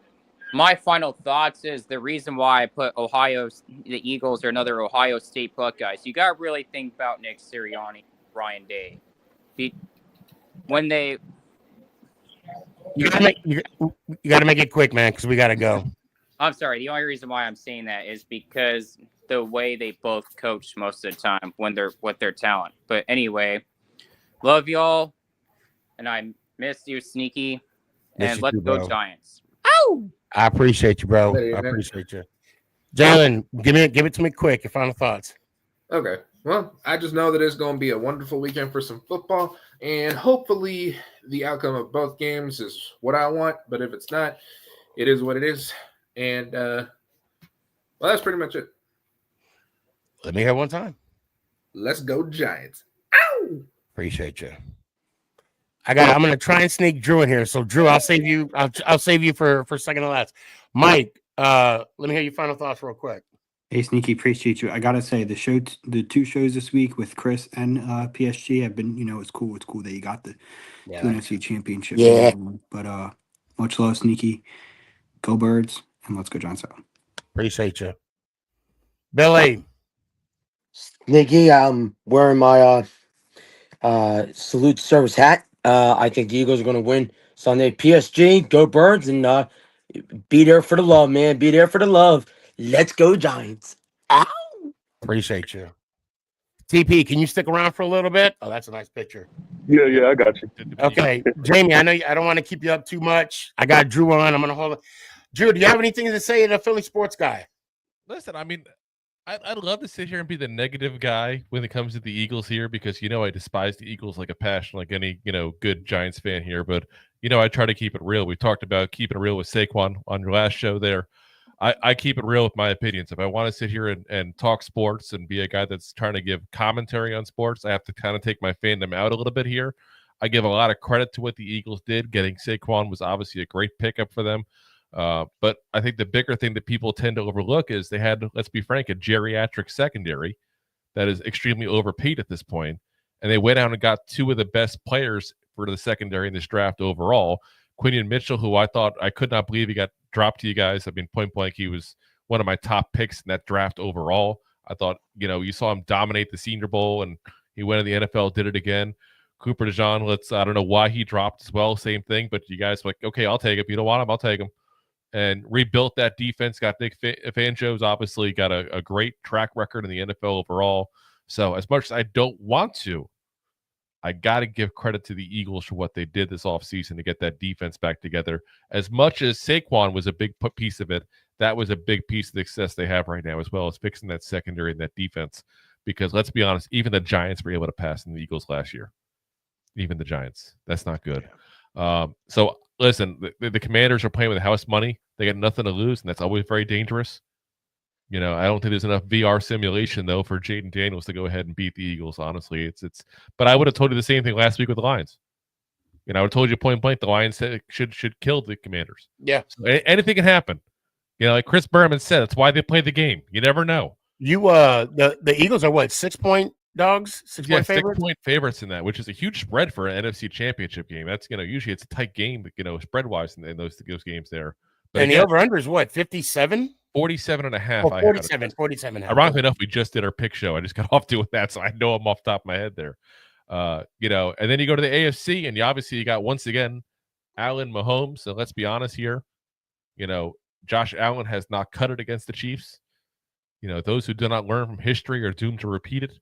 The Chiefs are the Chiefs. It's what they do. They beat teams. They go to the Super Bowl. If I had to guess, we're going to have a Chiefs and Eagles Super Bowl again. I hope not. Deja vu. Well, Jamie, thank you so much for coming on. Guys, if you guys don't know, we spoke yesterday. So this kind of like spare the moment type deal, as always, Jamie, I appreciate you, bro. And it's been a pleasure coming on. It's been a long time since I've been on this show. And, I always have, for everybody I tell, I always feel that the Eagles season begins once we play the Giants. So, and it's always the way that I felt. I'm back old school.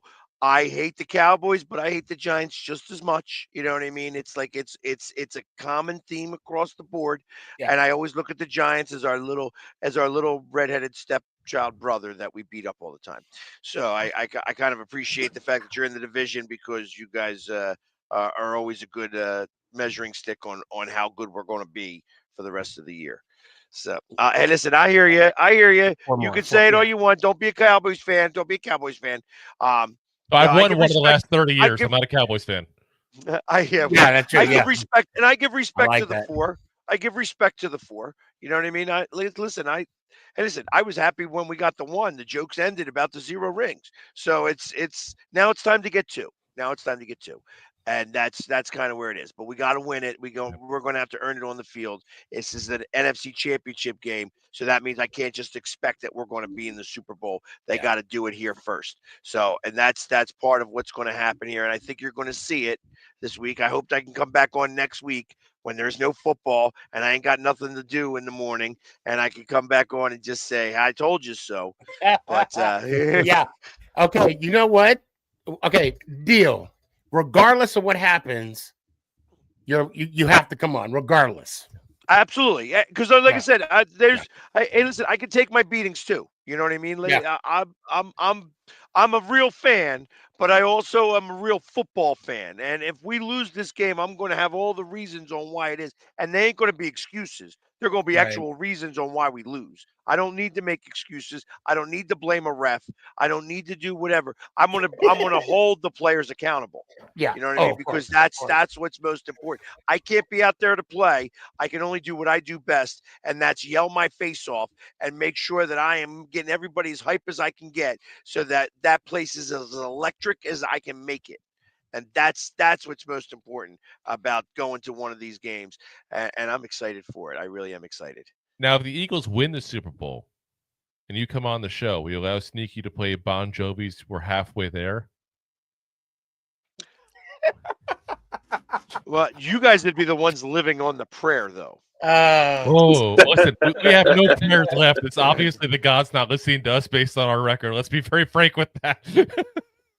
No, but I don't know why I was thinking, Wanted, Dead or Alive. I don't know why I was thinking that as well. A lot of great tunes from a Jersey guy. Oh yeah, yeah, exactly. Yeah. Who grew up right down the street from the stadium. TP, what's up? He grew up in I just want to say this. This is my first time chopping it up with PSG, man. I do love your energy, my man, and I cannot wait to talk to you after the loss. It's going to be, it's going to be lovely. You're gonna be here if we win too, right? Oh yes, sir. Oh yeah. Oh, yes, sir. Oh yeah. Oh yeah. No doubt. No Okay. doubt. So I want to make sure. Yeah. I want to make sure because it's like, listen, I'll take my beating, but I also want my flowers. Hey, I got you. I believe in that too. So Just remember, you get flowers at good events, but also funerals. Yes, that's true. I get it. I get it. Listen, I'm a Giants fan. Okay, being embarrassed ain't new to me. So yeah. I'm still trying to figure out why Gano was trying to chase somebody down. That don't make any sense. Jamie, thank you so much. Let me hear one time. All right, I'm gonna do it for you just this once, but I'm gonna do mine first. Go Birds! Yeah! And let's go Giants. Oh, appreciate you, brother. Have a good night. Get some sleep. I'll see you tomorrow on the USA Tuesday after our win. Wait, USA Today? What are you gonna be on the Today Show or Good Morning America? What? Good Morning America tomorrow. Okay. I'm on Good Morning America. I'm on Good Morning America tomorrow. I'm on Fox Good Day tomorrow. Oh my God, it's such a busy day tomorrow. And I'm going to be. They call it late night with Jason Kelsey, so I'm going to be on all three. You're going to see me all day tomorrow. My face is going to be all over that screen. So if you're a Giants fan, well, I'm going to ask if you can, if you're not too busy. Give me a video with Strahan and show him some of my videos or whatever. I don't know that he's going to be there. He's going to be here in Philly, but we're going to be able to communicate from what I understand a little bit because I have a friend. I mean, I always reach out to Strahan when I run into my one buddy and I send him a video and then he always likes to talk smack back to me. So we know each other a little bit, and I hope I get to communicate with him a little bit and just be like, hey, how you liking our birds? So I want to give him full thank you for Saquon Barkley and everything. All right. On that note, have a good night. He's like, that's enough of that, man. Well, if I wish I had $1 for every Eagles fan that said thank you for saying I could retire. I could honestly retire. Yeah. So we got Drew. I'm so glad you came on. We got 11 minutes left, and we'll rock it out. I was gonna end it, but I saw you coming on. I'm like, oh, I got to talk to Drew for a little bit. So when an Eagles fan tells you thank you for Barkley, I want you to say this: enjoy 2027. Oh, When he's got a $20 million cap hit at 30 years old. oh, wow. That's the thing with the Eagles. The Eagles, to me, listen, I'm not knocking it. They're going for the gusto here. I'm not knocking it, honestly, when I say it. But I think Eagles fans don't realize the road they're in right now. They're on the road of the New Orleans Saints. Remember the Saints with Breeze every single year, start the whole year off. Oh, they're $30 million over the cap already. And they just keep on pushing the can down the road, pushing the can down the road. Like, eventually, you got to pay these contracts, guys. You know, I've wondered how they did that with. That's what it is. Well, getting like AJ. Matter of fact, I should look up AJ Brown's contract. Oh, I can do that. Yeah. Let's see. AJ Brown over the cap. That's the beauty of it. All this stuff's available, guys. Look at like how much they're paying James Bradbury to sit on the bench right now. Oh, that's like, right. Darius that is right. Slay. I mean, all these guys, like, so you got 2030 is when they're really paying AJ Brown the way it is. It's a void year for $53 million cap hit in 2030. When he's not even on the roster, it's a void year.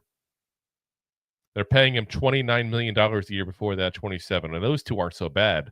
But that $50 million hit in 2030, like they're paying so much against borrowed money at that point that it's like, it's ridiculous what they're doing. Like it's going to have to catch up. Listen, people can say it's all cap. It's all fake numbers. Eventually you got to pay the piper.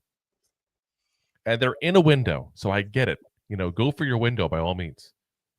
But look at like James Bradbury, for example. Okay, he's already on the bench. He's already pretty much spent.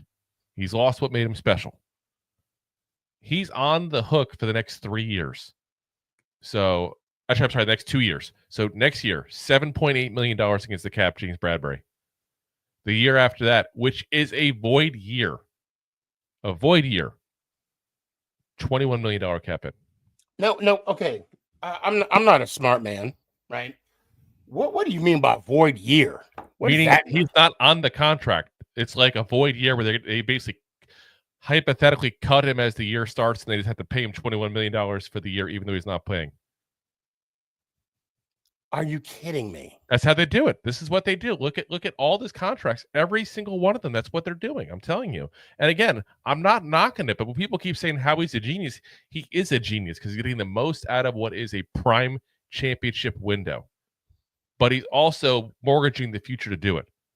Darius Slay, next year, $13.7 million contract. Okay. 26. It's a void year where he's going to hit $25 million against the cap. So they're going to pay $55 million to Darius Slay and James Bradbury to not play for them. That don't make sense. It makes sense right now because you're going to win. So, like, let's say, for example, Jalen Hurts. He only counted $13.5 million in the cap this year. 21 next year, 31 the next, 41 the next, 47 the next. And then he has a $97 million void year in 29. Now, do they do that to possibly restructure throughout the contract? Let me put it this way. If you're owed $97 million, are you going to restructure? No. And I'm not, I mean, maybe they could do it a creative way of like a signing bonus or something. You're still spreading it. You're still kicking the can. How many cans can you keep kicking? And how long can you keep kicking the can? That's what I'm saying. I mean, it's just, this is every single one of their big contracts. This is what they're doing. And like I said, eventually it's going to have to be paid. But what's going to happen is they're counting on everything going up cap space wise.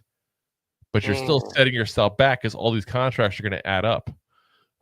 Like here's Devontae Smith, who just signed a big contract, obviously, with them as well.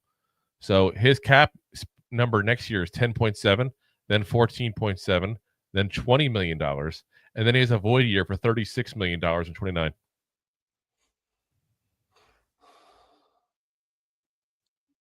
What is it? J. I'd love to see a stat of how much they already have tied up in the cap in those years. Because you can see how many millions of dollars we're talking about right now already. That's a lot of money, guys. A lot of money. Well, what goes up must come down, and they better abuse this window. And that's what I'm saying. while I they get what they're can. doing, and they're doing the same thing the Saints did. Remember, the Saints had to bite that bullet that one year, that first year that Drew Brees retired. Mm-hmm. You know, and they had like a nothing roster. It was a roster of practice squad players, basically.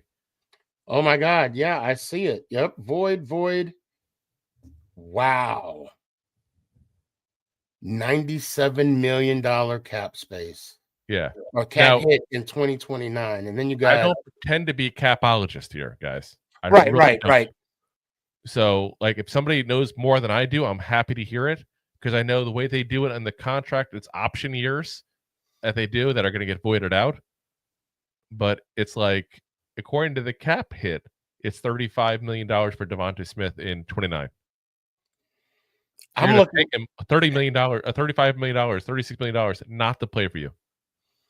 well, I'm just looking at Jalen Hurts' contract. Yeah. I mean, $87 million.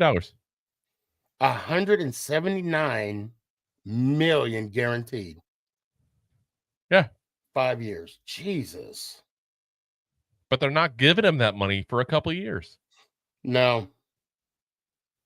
That's why I'm saying. The guaranteed money, they get that. That's the guaranteed. Yes, but what I'm saying is that's where that guaranteed money went into. They did void years to alleviate a lot of it. If you look at those numbers, it'll show you on the over the cap when they can cut them even. Let's see where it is. So, like, let's say for example, I hit the wrong button there. Go back to his contract. So next year, he's a $21.7 million cap hit for them. If they cut him, it's $107 million in dead cap space. The next year, $31 million. If they cut him, it's $53 million in dead cap space. The next year, $41 million. They only saved $20 million by cutting him. And he has that potential out after 2027. Yeah, and like I said, this is just ridiculous money, guys. It is. That's crazy. Like you're gonna again. This you got to pay the piper eventually.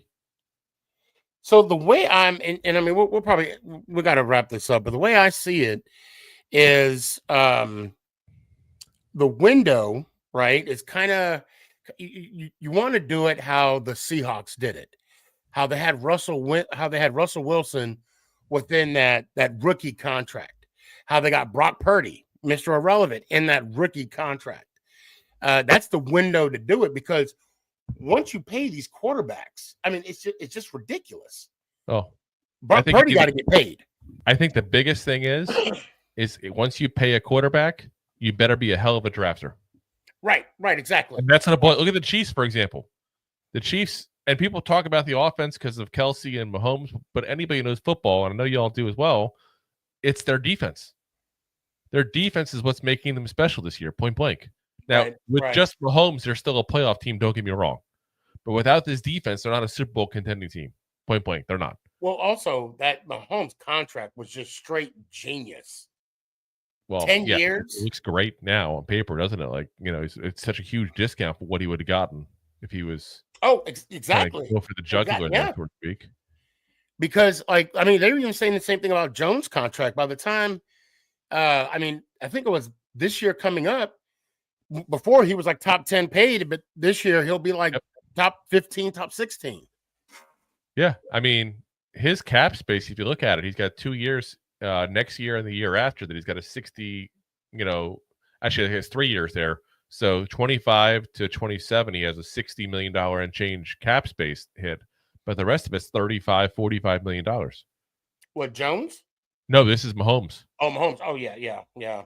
Like it really is a team friendly deal, and that's what it kind of boils down to, and that's why the guy wins. Is he's willing to figure out what he's got to do to help the team. Yeah, same as Brady did.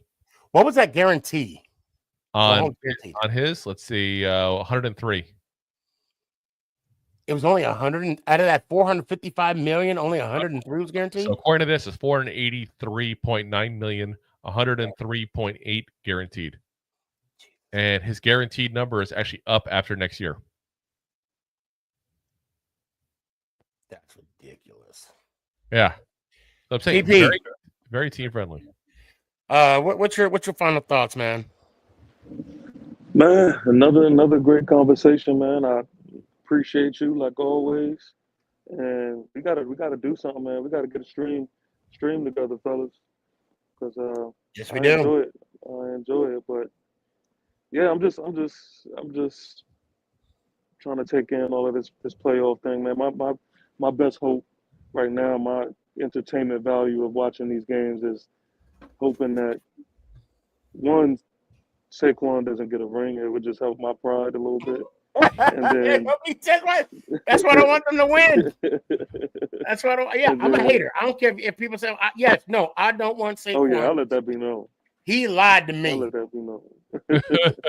I was in the Like shower I with my told clothes people, on singing Kumbaya, all because of freaking Barkley. like I told people, I'm cool with his success. I'm cool with him, leading the charge of running backs in the league. I'm fine with all of that. But I draw the line at him winning the Super Bowl.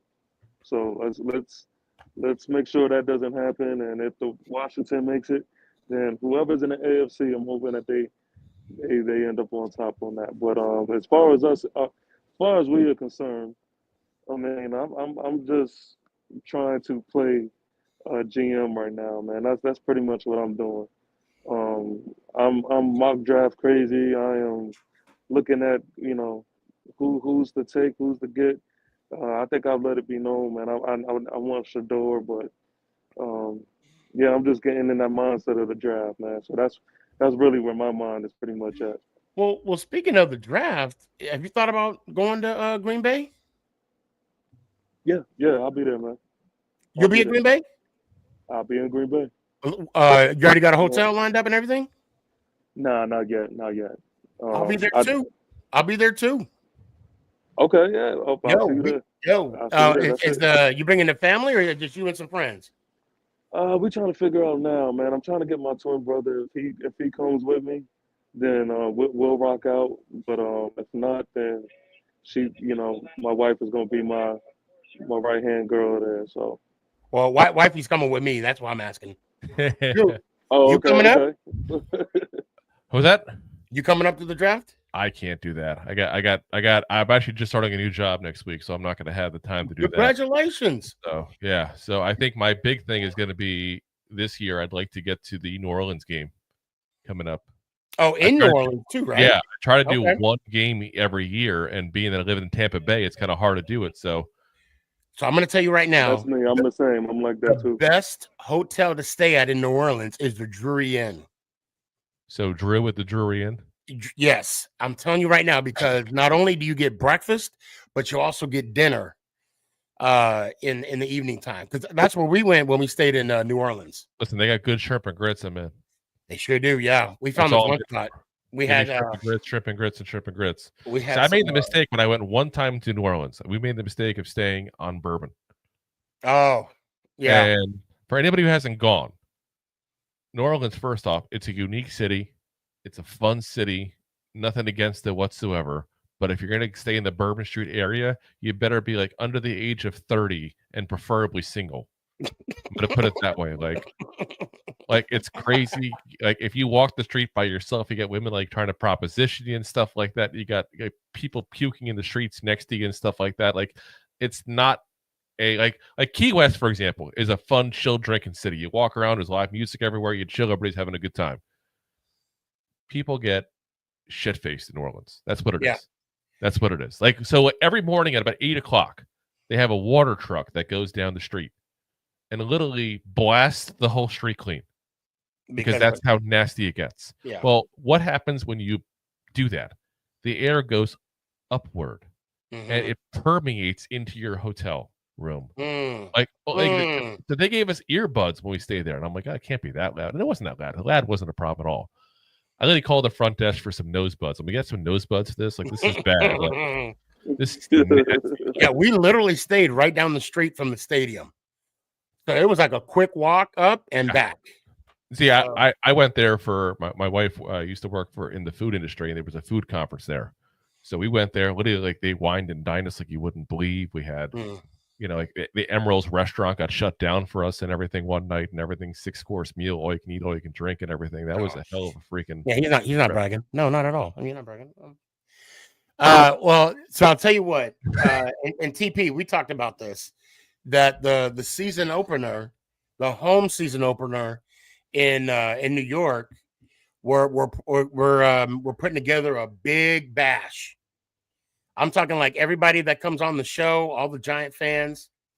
So just if you can keep that in mind. Yes, sir. Yes, sir.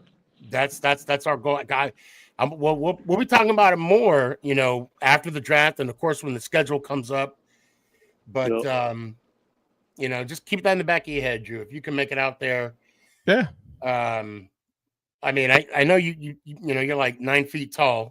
I'm sure you can find a plane that'll fit you. Well, the nice thing is, if I go up to Jersey, the job I got is going to be weekends off, so I can fly down Friday. Oh, okay. I can fly right back after the game, even because, problem is I gotta be there the next day. It's like if any issues happen, it wouldn't go good. I'll put it that way. Okay, all right. That's the problem I run into. The jobs I have don't tend to be very understanding of issues. I want to ask you offline what you do. I'm not gonna put you on the spot now. I'm just gonna say I'm in the import-export business. Okay. I'm messing with you. I'm gonna say, Tony Montana? You know what, Tony Montana? In the export and export. Import. Oh, what's up, Ant? The fuzz is here. Hold on. What's up, guys? What's up, man? Yeah, we were just about to. We'll go on for a few more. Every minutes. time you go to leave, somebody pops in. That's what happens. And you know what? I got to bring you guys on. Let's see. Why did you say you're going to leave again? Maybe Tiki would be in the back room all of a sudden. You never know. Right? Probably. Shit, man. Maybe I should send him the an invite to come on. Be hilarious. And then he'll really hate you for waking him up. Oh my God, I know. 11 o'clock. I'm not going to your stupid podcast, guys. I was just reminiscing when I swear to God, I will never forget when I saw him. I said, if I don't talk to him, Ant will call me a bitch for the rest of my life. Facts. So here we go. Here we go. Might as well, There we go. Yo, what up? Yo. G fam, how's it going? Hey, Sully, I'm gonna be there at the Denver game as well. Yeah, I'm gonna try to make it to that one. Yeah. And it's ironic, man. All the Giants games that I've been to have been when they played the Broncos in Colorado. I've still never been to a Giants home game. Well, yeah, because that's where I met you, right? Yeah. Yeah. Well, we actually met at the tavern. Right, the tavern. Yeah. Your mic got muted for some reason. Whoop. There you go. Fat fingers. So I'll tell you this fair warning. You know those like silver mixing bowls everybody has in their kitchen? Mm-hmm. Imagine that as a football stadium. That's MetLife. Yeah. Oh, yeah. Yeah. Nothing special to it whatsoever. As bland as can be, but you can fit a lot of shit in there. I don't understand how you spend so much money on basically a toilet bowl. It's why? Because it's literally the most profitable stadium in the entire country. At one point, it was the most profitable stadium in the entire world. All they cared about is how many seats can we shove in this thing. That's all they cared about. I'm sure that has a ton to do with the fact that pretty much every week there's a football game there, whether it's the Jets or the Giants. Well, how many concerts, they got soccer events, there's always something going on at that point there. That's true. My biggest gripe with the stadium really still is the field itself. Put some damn grass in the road. Yeah, I don't get that. You can do it for soccer, but you can't do it for football. Well, that's what I Don't give mean. me that BS. Wasn't it like 2 or 3 years ago where they supposedly spent all this money to revamp the field? Why would you they basically put the same stuff down? No, they actually put a better turf. And if you look, we didn't really have the ACL injuries as bad last year. Well, yeah, the first one was carpet. The first one was a carpet. This one has the pellets in it now. Yeah, so you're still doing a sub-prime field though, and it's like, what do you think happens when you're trying to call somebody up? Hey, you should come play for us, and they're like, aren't you the place that ruins people's careers? Yeah, exactly. The one thing I'll say about MetLife, I've been there a couple times. Fan Fest, a couple Giant games, when it was cold and when it was hot. I'm going to tell you right now, when that wind blows, there's nowhere to go. Oh, that's the Meadowlands for you. Yep. It'll go. It'll go through the stadium and like in the areas where you get the hot dogs and the nachos and the hot chocolates and whatnot. Well, if you Hey, think that, Sneaky, what are all the stadiums that you've been to?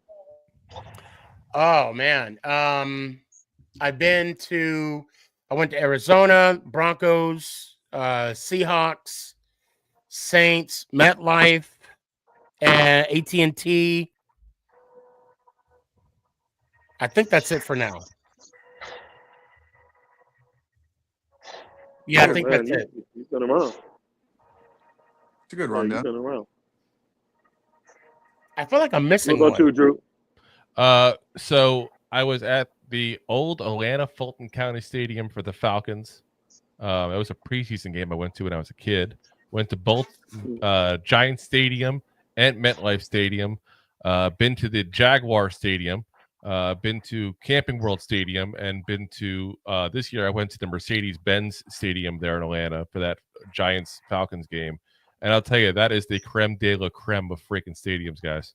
Really? I've heard. Creme Over de la Vegas? freaking creme. I have been to Vegas, so I can't say that. Now, I will say the most beautiful stadium I've seen, though I didn't go in it, was the one in LA. I saw that as my plane was landing, coming back from a trip to Oahu, and oh my god, it was like you can see, like it's the pictures on TV don't do it justice. It's You a talking about gorgeous stadium. SoFi? Yeah, SoFi. It's a Yeah. gorgeous stadium. I Yeah. mean, I've seen Soldier Field, and that's kind of cool because the Roman column stuff like that. I get a chance to go to a game when I was in Chicago. But yeah, They'll be there this year. Mercedes-Benz Stadium, I'm telling you guys, that is like, and the food is inexpensive. There's not a bad view in the spot. They have a concert platform above one of the end zones where they randomly have local artists come out. When I was there, the East Side Boys came out and did a song randomly during the show. Are you serious? Yeah, East Side Boys just came out randomly for the Giants one and did a song. Oh wow! And they had the Halo LCD screen all around the entire stadium, so you can watch the game, but still in your peripheral, you can see the stats and you can see other scores around the league and stuff like that. That's cool. They had, not only they have guys with like machine gun T-shirts, like the guns for the T-shirts. No, it's like a machine gun, like blasting shirts everywhere. They also had shirts coming down in like parachutes off the ceiling as well. I mean, I guess guys, Falcons did it right. I gotta say AT&T Stadium is nice. I've heard of that. It's nice. I mean that big screen TV, it's huge. I that's probably the only thing I'll say that I like about the Cowboys. And it's air conditioned. I mean, I'm with you on that because Lincoln Financial, as far as the stadiums I've been to, is probably top of the line for me. It's a beautiful stadium. There's not a bad seat in the house. The problem is it's the Eagles stadium. I think the home team bench is a bad seat in the house personally, but that's just over there. How was that like? What's I've that? always been interested what it's like going to Lincoln. Yeah. How was that like? We should go one year. Oh, I love it. I love getting screamed at and yelled at. You just hold up the 4 fingers for them. You tell them stuff like, yeah, most Eagles players had to play in Philly and then go somewhere else to win a championship, like, Reggie White. Oh, I actually went to a preseason game there once. I had a Reggie White Green Bay Packers jersey. I wore that there. And let me tell you, I had bottles thrown at me, everything. Oh, I love it. I love it. And then they saw his jersey and threw more. Yeah, pretty much. Let's see. Hold on. Danny says, I ain't stepping 1 foot in that damn place. No way in hell.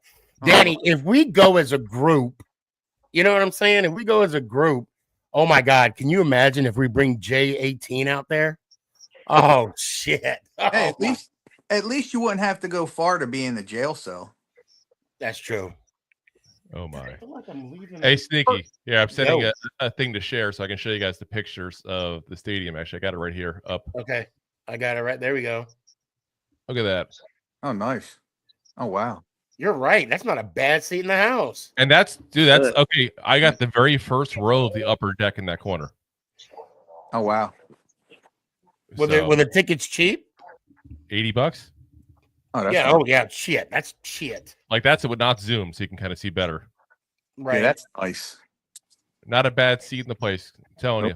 Look how nice that is right over there. Like, and then right in the far away field goal, you can kind of see it a little bit there, where there's a spot where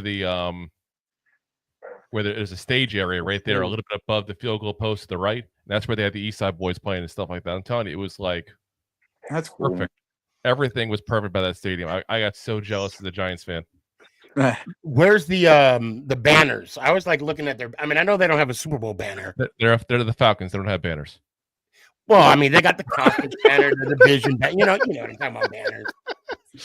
No, honestly, I didn't even notice it, to be honest with you, man. But I'll tell you this: it's like if you get, like I said, next time the Giants play there, I just definitely recommend people go because the fans there were so much different. It's like the Southern charm thing, and you mess with them because like the one thing you really want to tick off a Falcon fan and bring up the Super Bowl with when Brady came back and won that one.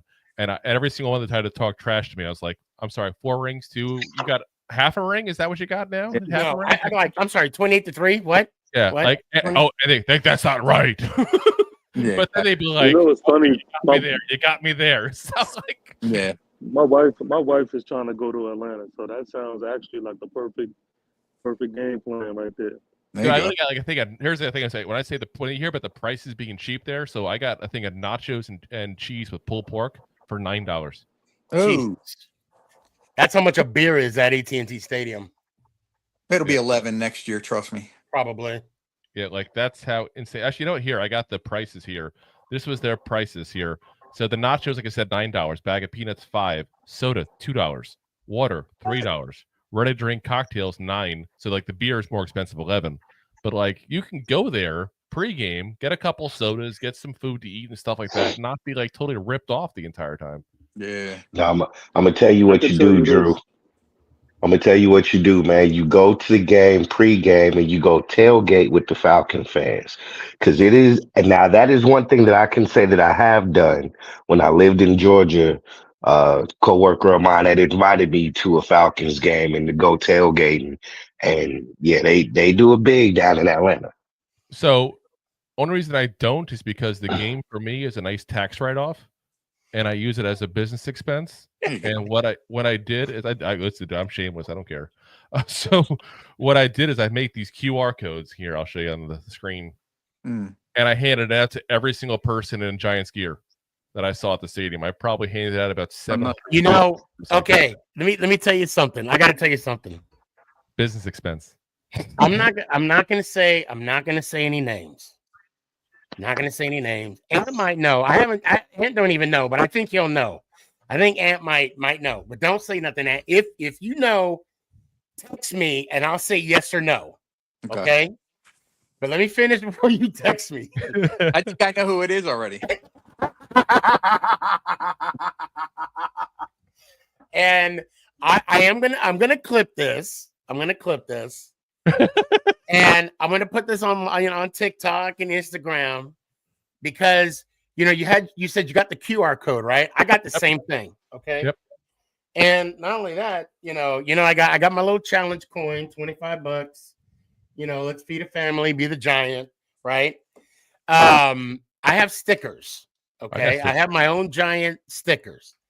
And that too has the QR code. And what's up? There's one right there. Oh, that's one of yours? On my board, and I have one of my stickers. Okay, yeah. We need to do a trade. I was told, and you're still gonna know, and I have never told anybody this, and I'm only gonna answer Ant. I'm talking. So I don't do this. I'm not. And it's like I'm not only talking about a person, right? If I don't mention their name, anyway, I was told that I push myself on people by handing out stickers. Yeah. Deal. I know. I know you know. Deal. I don't even have to text you. And the funny thing is, I don't know. In this part, I don't know it's true. I don't know if it's true or not. Somebody in the same fan base, right? Because we're all Giant fans. Somebody told me he's getting stickers. So I don't know if that's true, and if he is, good for him or good for them. Oh, so Right? it's a hit. We know that much. Uh, That narrows down two content creators. I was about to say process of elimination. So was you this know. person standing above or below you when they were saying that? Man, I'm thirsty. We're gonna figure it out here. I'm not gonna say. I'm not. The only person I'm gonna answer is Ant, but he said he's not gonna text me, so I'm not even gonna answer Ant now. I'm withdrawing that statement. All I'm gonna say is, I love the fact because the hustle is real. I don't care what anybody says. Got it. The hustle is real, and you got to do it. And you know, how many Giants You content see creators what I on YouTube? did you see what I did at the Cleveland game no, with the flag. with the sign? What was your sign? No, I don't remember. When I went to the Cleveland game this year. I had the sign, and my wife went with me to the game, and you know I wore the hat, and you would have thought I was a celebrity. I was getting stopped literally every foot that I would walk throughout the stadium. But on the back of the sign, it's subscribe to my YouTube channel, TP Way the Giant, and it worked. It worked. I had people. It's right after the game. I had people. Hey, I'm following you. I'm subscribing from the game. I'm subscribing from the game. I'm a Brown fan, but I'm still subscribed. Like it worked. Man, we in the game of hustle, man.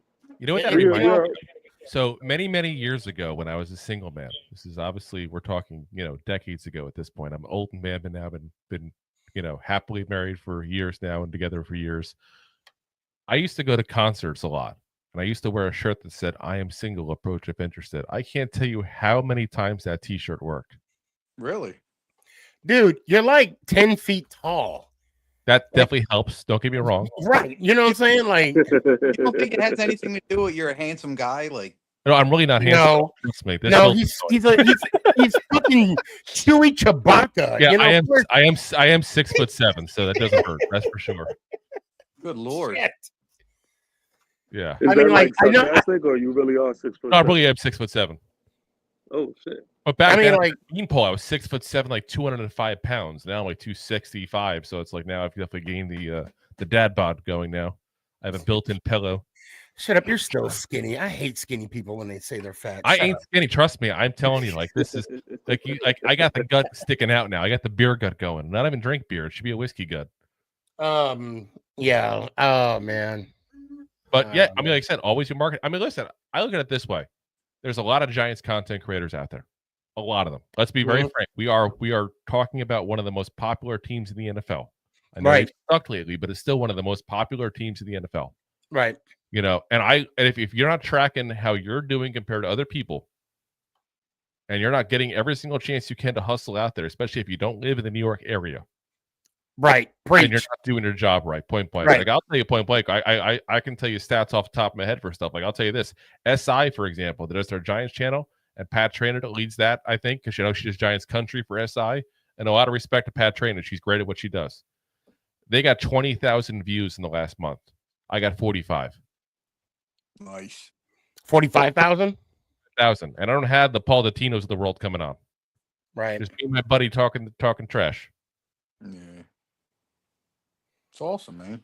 So, I mean, I'm trying to expand myself, but it is what it is. And when you have, I mean, like I said, I'm gonna put it on TikTok and Instagram, so the person's gonna see this. But when comments are made, and I don't hate anybody. I'm not upset the fact that he said it, but it does it made me take a step back because, when you say you push yourself on, other people and you're trying to be bigger than the team, I'm like, if there's no New York Football Giants, I wouldn't be here.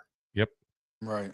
So I don't understand that. And then I don't want to say too much. I don't want to say either that person doesn't know you very well, and you and I never met in person. We've talked enough on here. I feel like I have a good feel for who you are and a good vibe on who you are. So that person either just doesn't know you well enough to say that kind of thing, or they know you too well and know that's going to affect you because you don't want to make people in a bad scenario. Or they're You know just what I mean? that Like you don't want to bad. feel like you're pestering people. I'll tell you one thing, man. In the sport that we're in, man, there's gonna be things said whether you hear some and you won't hear the other half. And for those who are interested in that type of stuff, they're gonna continue to be involved in it, and they may entertain it. But then you have the other side of it, man, where it's just like, man, we loving what we're doing, man. We got this positivity of a glow around us, man, and Mm-hmm. people feed off that, man. So there's always gonna be something being said. But I'll tell you one thing: if they're not saying nothing, then you ain't really doing You ain't anything. doing it. So You, I'll keep and it at that. and I'm going to say this too. I love the fact that I have a platform, right? But I want to say that it's our platform because TP, Drew, and Sully. Matter of fact, where's Daryl at? Where's he at? He's probably asleep by now. Well, I mean, like those that don't come on the show, it'll just be me talking for 2.5 hours, right? But I love the fact that I have this platform that TP, you could come on and yell at me about how much you like Joe Shane. I'm just joking. Don't attack me. You know, we could go back and forth. I could be like, I don't know. You know what I'm saying? I like to have that platform for the TPs, for the well, Ant's always like, I'm an asshole. So I mean, that's perfect. And Drew, I love it when you come on. Of course, Sully, I love it when you come on too. I love to have this atmosphere where we can come together, talk what we love, which is about the New York Football Giants as a family, right?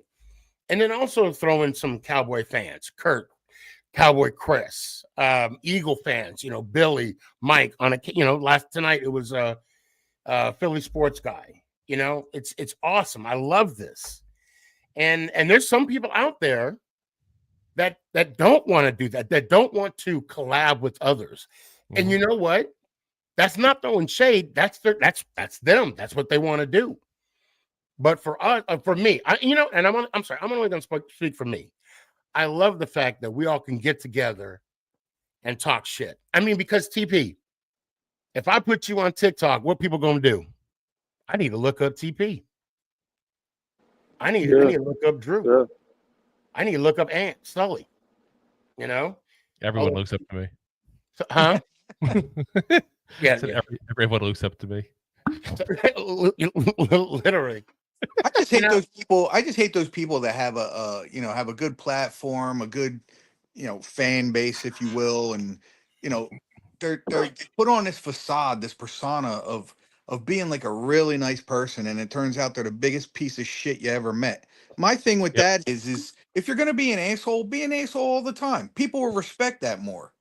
But you get that are nicey nice in front of your face, and then the minute you turn around and talk to someone one-on-one, they're the biggest piece of dog shit in the world. Oh yeah, and you also get a lot of people in this part of it, and we're giving people who watch a nice inside view of kind of what we deal with on a regular basis here. But you get right. You get also people the biggest thing is there's a lot of guys who try to start up networks, and there's 2 types of networks out there, guys. Let me see 3 types of networks out there. There's legit ones that are started by the people that are like ESPN, Fox Sports guys. So let's be very frank, for one of us to get on is so difficult, it's not even funny. Then you got the people that have a decent following. And then you have the people that are too big for their own britches at that point, aren't even ready to start a network, but they're just trying to do it because they feel like they should. The problem is none of those are typically a very healthy scenario, because you got the big ones that we have no chance of pretty much getting on unless you get 100,000. You got to be talking Giants kind of numbers for them to even care about you, basically. You got the guys who are doing well, but those guys 9 times out of 10 when you try to sit there and talk to them, they just want to take your stuff. Honest truth, they want to just take you. I'm not, again, like Sneaky, I'm not going to name any names, but I had one specific person I talked to that wanted me to start a brand new channel. So it'd be their channel, and they were going to pay me a certain percentage of the revenue off that channel. And I'm like, why would I do that? I already have a channel. Right. Yeah. That's not collaborating. Now, if you want to say 2 Giant Goofballs part of the Blank Podcast Network, Right. and you're going to help me grow, and I'm going to give you money as a result. I'm cool with that. That makes sense. There's a benefit for Yeah. me. There's a benefit for you. We're both benefiting. But 9 times out Right. of 10, those guys that run those networks, even that's what they're trying to do. They're just trying to take all your content and not give you a damn thing for it because they're helping you. They're teaching you. Oh And man, like that's I a said, whole nother story. and Right then you get there, the man. people that are doing networks that, quite frankly, have no clue what they're doing. I've seen people that are trying to set up networks that get like no views at all. It's like you have 2 people watching. What are you doing? I actually I'm part of the Northeast Streaming Sports, affiliated with them. But before I became a part of them, there was somebody that was like reaching out to me, and similar to your situation where they were going to give me a small percentage, but it was like my show in the evening time, and of course they had a morning show, and of course I was checking them out, doing some research, and they said they've been around for X amount of years, and I never brought it up because it never turned into anything, Yeah. But I was like, no, I'm good. Because like you said, I mean, they'll just take what you have. And Yeah. then they wanted to own the rights. Yep. That's what turned me off. They wanted to own because if I would have signed they had the contract. Look, thank God I have a friend that's a lawyer. They read over it. Oh yeah, you signed this. Now luckily my name I already purchased Sneaky G, man, so they can't buy that. However, they on that contract they would have bought at a cheap price, make it count. And I there's a little story behind that name, and it would have hurt me to give up that name and then had to sell it legally. It would have been their But you name of their show. But you want to know the key, man, to the special thing, what makes each and every one of us special, because Drew's right. There's so many different content creators, right? But there's only one of us. Well, there's 2 of us. I don't 2 know. balls. Yeah. So, yeah. But I don't know another Sneaky G. I don't know 2 giant group balls. He correct himself. I'm not gonna do it again. There's no TP way to giant. There's only one of us, and that's our superpower. Yeah. And when it comes to the whole copy and pasting, I mean, even that, I got so many stories on where literally I've seen word for word, action from action being copy and pasted and taken from, we all have that. We all know what that's like, man. But at the end of the day, one thing I'm a big believer in, man, is if I control the things that I can control and I stay on my mission, then can't nobody get in the way of that. And so that's it. That's my motto, man. That's why you see me working with so many different people, because if I feel like it's genuine, if you think it's positive, then we're going to rock out. Yep. And the content's good after that. And plus, if people know that you're authentic and real, that they're going to come. They're going to follow. Hey, Sully, my ass. We're going to close up shop. Give me your final thoughts, man. Hey, my final thoughts is this. I hope the Bills win. And when it comes to the NFC side, and I can't even believe that I'm saying this, man. Like, it feels like vomit even getting ready to come out. But I hope the Commanders win over the Seagulls, because fuck Saquon and fuck the Eagles. Yeah, that's about it. Update: I'm fishing my first tournament in like 2 weeks, so wish me luck. Hey, hell yeah. Go. Hey, and before you go on, I'm gonna let you say before you go on. I fell asleep to one of your videos. It was like you don't. It just shows you fishing, and it's like, it's like peaceful. Yeah, right. I've watched a few. Yeah, you're like, I mean, I had it on. I mean, to be honest, I was gonna watch only a few minutes, and then I was gonna, but I'm like, I saw you casting in, and you just, and the sound of the casking, like when you The really back real. in, Ew. it was like it was soothing. Mm-hmm. And I was just like, next thing I know, it was morning. I'm like, oh shit. So I mean this, of course, no Diddy. But I fell asleep to you the other night. Hey, you know what? Hey, I appreciate that, man, and I'm glad you're getting some enjoyment out of it.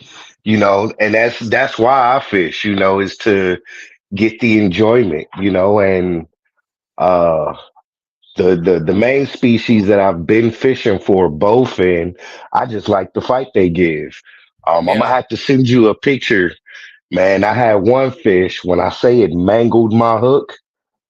When you see the picture, you'll see a side by side. It's the before shot and the after shot of that hook. And it even surprised me that a fish can mangle that hook like that. yeah. Um, But why do you release it back? so I'm I'm actually allergic to fish. I can't eat them.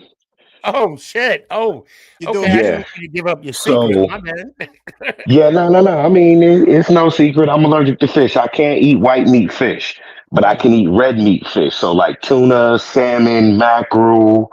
That's racist. Um, hey man, tell my immune system that. You put it Wait, but on the wait, ice. wait. So wait, so you mean to tell me you can't eat white fish? I can't eat white meat fish. No, I can't. I'm sorry. That's crazy.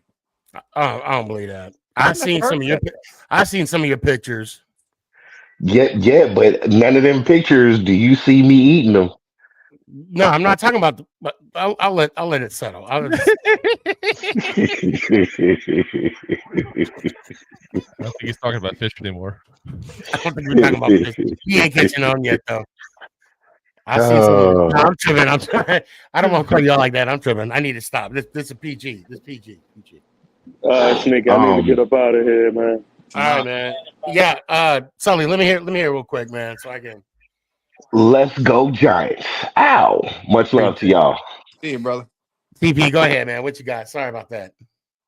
I'm Let's sitting over here. I'm go. sitting over here talking about whitefish. Go ahead. I'm sorry. Let's go Giants. See you, brother. Appreciate you, Sam. Drew, give me your final thoughts, man. Yeah, like I said, I'm just looking forward to this weekend. Last game, last weekend with 2 games at least. Got a couple. I'm just not looking forward to the NFC Championship too much because, like I said, I don't think it's going to be an outcome Giant fans are going to like. But we're going to root hard for Jaden Daniels and hope we're wrong. But at the very worst, we know that the Kansas City Chiefs, with some help from the referees, will beat the Eagles in the Super Bowl if need be. So we're good to go. We're good to go. So appreciate you guys having me on as always. Stay on for a second when you're done if you want. Talk about Yeah, I want to ask you a couple questions anyway. Yeah. All right. All Let's right. go Giants. Ow! Appreciate you. And thanks for coming on. Yeah. Are you going to stick around too? You going to bed? I'll stick around for a few. All right, cool. All right, let me hear it one time, man. Can I get something off my chest real Oh quick? yeah. Oh, that's right. My fault. Go ahead. So I've been seeing a lot of Giants fans in here and on a lot of social media complaining about Giants didn't want to go up and get Jaden Daniels and blah, blah, blah, blah, blah. Listen, we weren't getting Jaden Daniels. It was never going to happen. We know that Chicago already had Caleb Williams in mind, and there was no way in hell, unless the Giants gave up the organization, that Washington was giving up that pick, especially to a interdivision rival. There's no way in hell. I wouldn't have done it. And I don't know anybody else that would have done it. So all you Giants fans out there that are sitting there crying like you do about Saquon and what the Giants shoulda, woulda, coulda did, they couldn't have done nothing when it comes to Jaden Daniels. So stop. Just stop. Because it's sickening. One other thing I want to bring up, Sneaky, is anybody that watches this, and I know there's a bunch of you out there, I live in Pennsylvania, and I'm trying to figure out, I think you can do up to 7 letters or numbers or, mix them. Trying to find a good license plate where I can get something that either dogs Philly, the Eagles, or, promotes the Giants on a Pennsylvania plate. So if anybody knows, hit me in my DMs or, reach out to Sneaky or come on the show and tell me what you guys think, man. I'd appreciate it because I'm having a hard time because you can't put curse words on it, like F Philly or none of that. So that's how it is. But Sneaky, I appreciate you, brother. Thanks for bringing me on the last few minutes you could get me in. I apologize because I did tell you before the show that I would be here on time. It's all. Hey, you're here now. It don't matter. Stop. You're here now. That's all that matters. I appreciate it. But yeah, make sure everybody tries and hits me up about that license plate. Other than that, Sneaky, love you, brother. Let's go Giants. Ow! Lay you too, fam. I'll holler at you. Man, great night, great week. I want to go back to Monday. Chris, Hog Farmer, thank you so much. Or Hog Farmer Chris, excuse me. Thank you so much for coming on Tuesday night. We had a great conversation Tuesday night. We had a great conversation tonight. My nemesis, Philly sports guy, on a short notice. Thank you for coming on and giving us a couple hours and knowing that you're going to be up early tomorrow morning doing your thing. Guys, don't let anyone distract you from you getting your results. I feel it's an honor when people ask me, hey, check this out. Tell me what you think. It doesn't matter what I think. You don't need anybody to validate your content because it's your content. The only person I got to validate it is you. That's it. Simple as that. If you like it, post it. And if you don't like it, post it anyway. That's probably the one that's going to go viral. Trust me, I found out that out the hard way. Anyway, I love y'all. Please be good.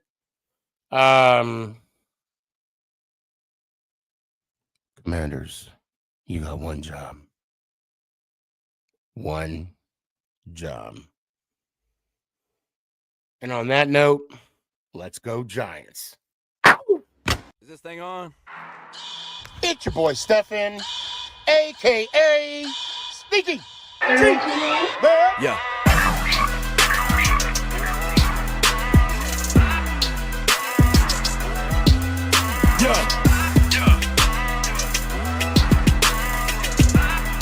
Lyrical assassin. Let's go Giants.